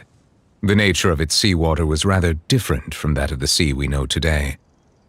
Most of Tevat's life forms were first born in that special sea. You could say it nurtured much of the life on this planet. Huh. So it really was where everything began. It makes sense to call it primordial then. But today, the primordial sea no longer exists on the planet's surface. What Vacher discovered must have been some kind of special case, or a remnant from a truly ancient age. Huh. So that's how it is. Oh, you really know everything, Monsieur Neuvillette. But if that's the case, then why would people, at least people from Fontaine, dissolve in that kind of water? Indeed. Why would the primordial sea, which was known to engender and nurture life, suddenly reverse itself and devour life instead? To be frank, that also doesn't match my understanding of this world and its laws. There must still be some unknown secrets around the people of this land. Is there anything else you'd like to ask me about?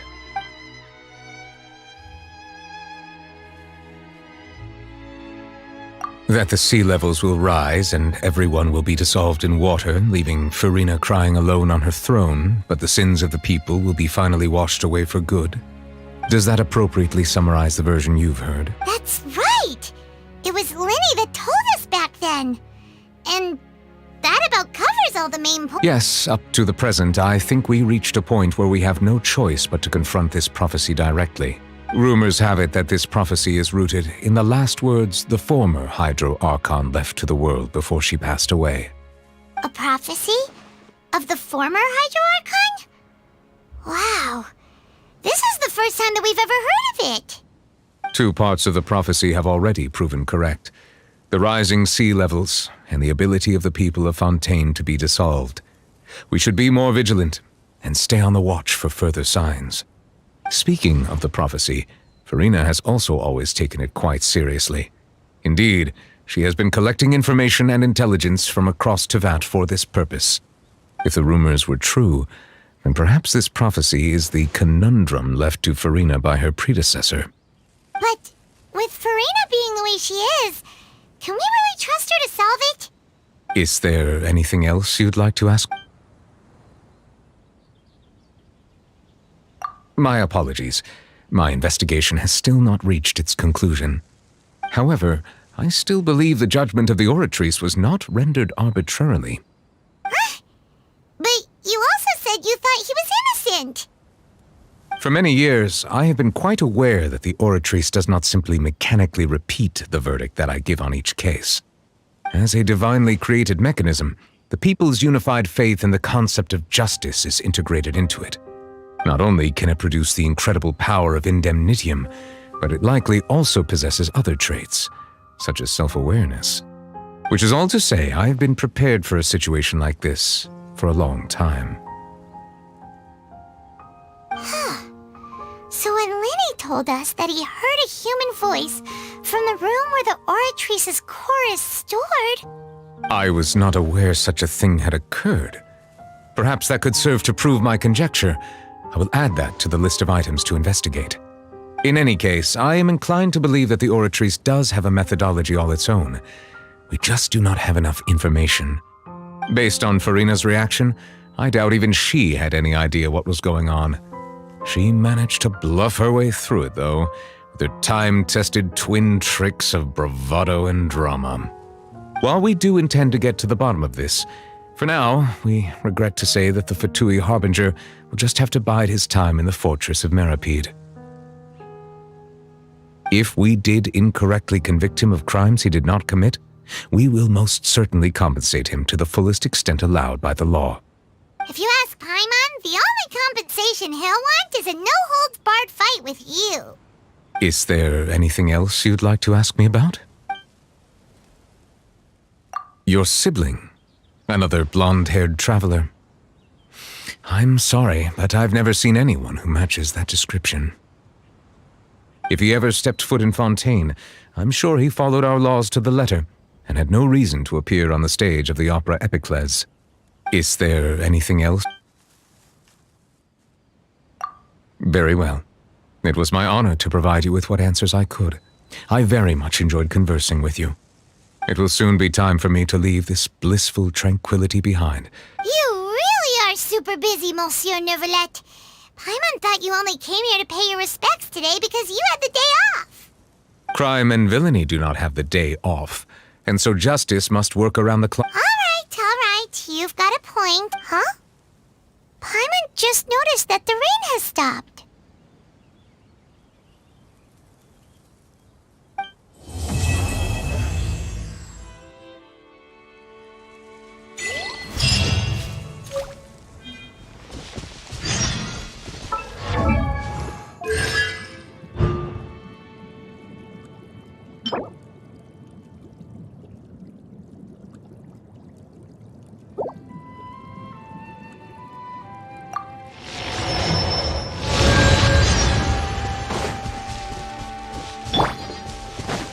Illusion shattered!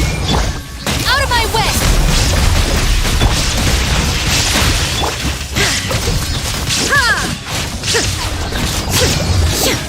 There is no escape!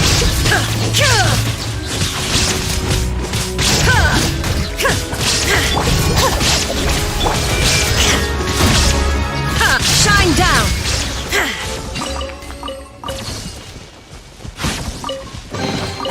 But a momentary distraction.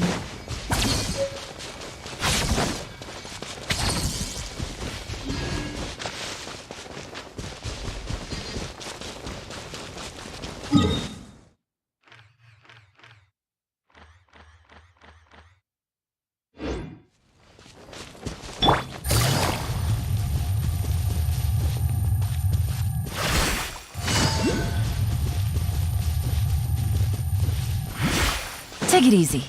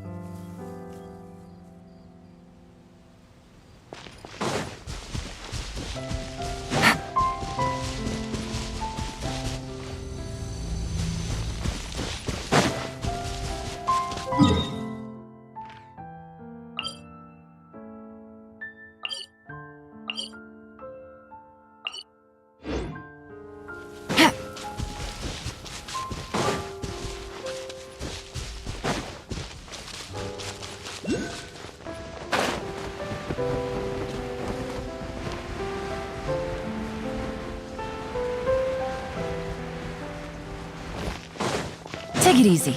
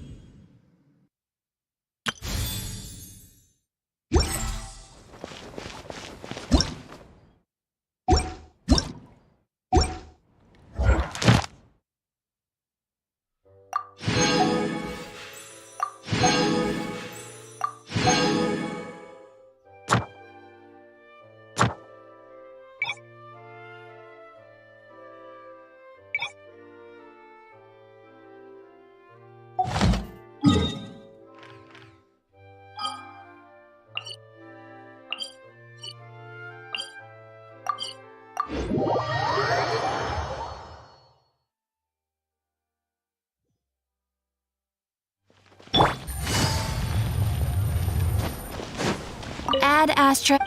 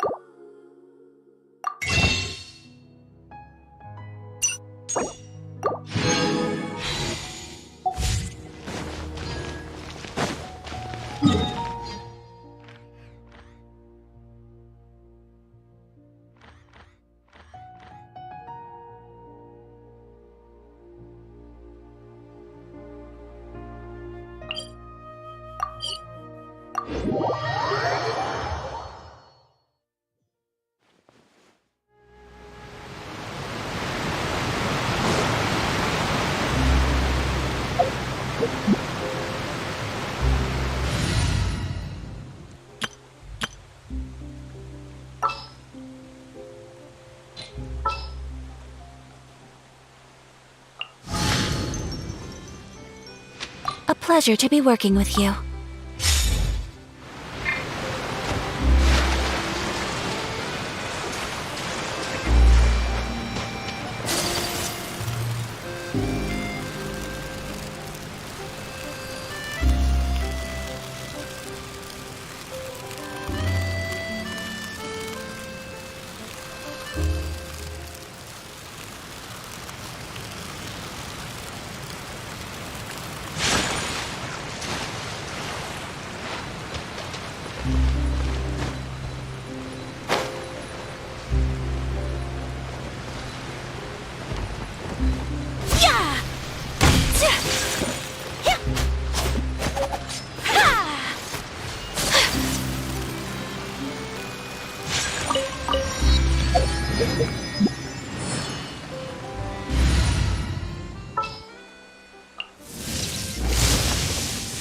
What is the situation?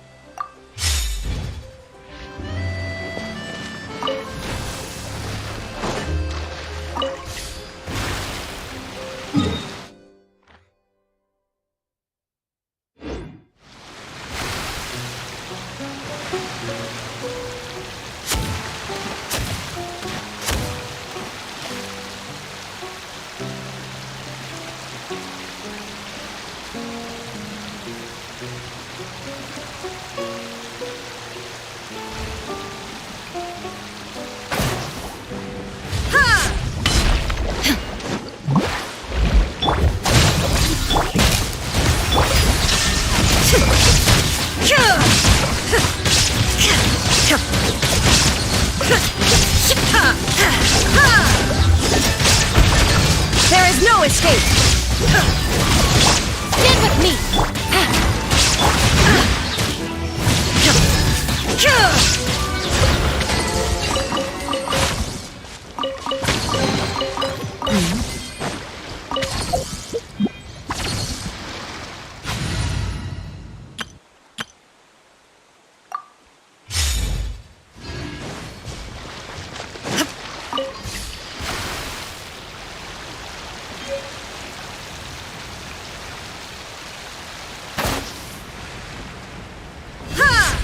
Illusion shattered! Everyone hold hands! Fire hazard! What do we have here?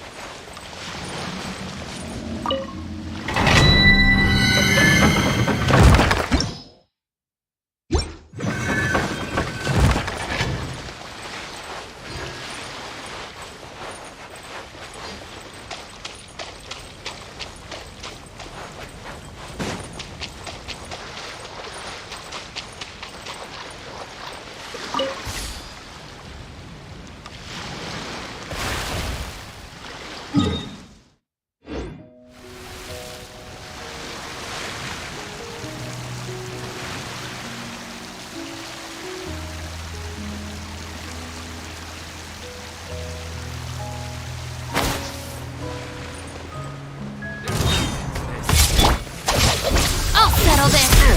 There is no escape.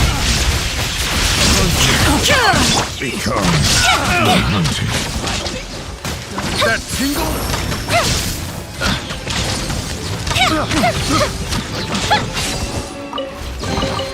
What do we have here?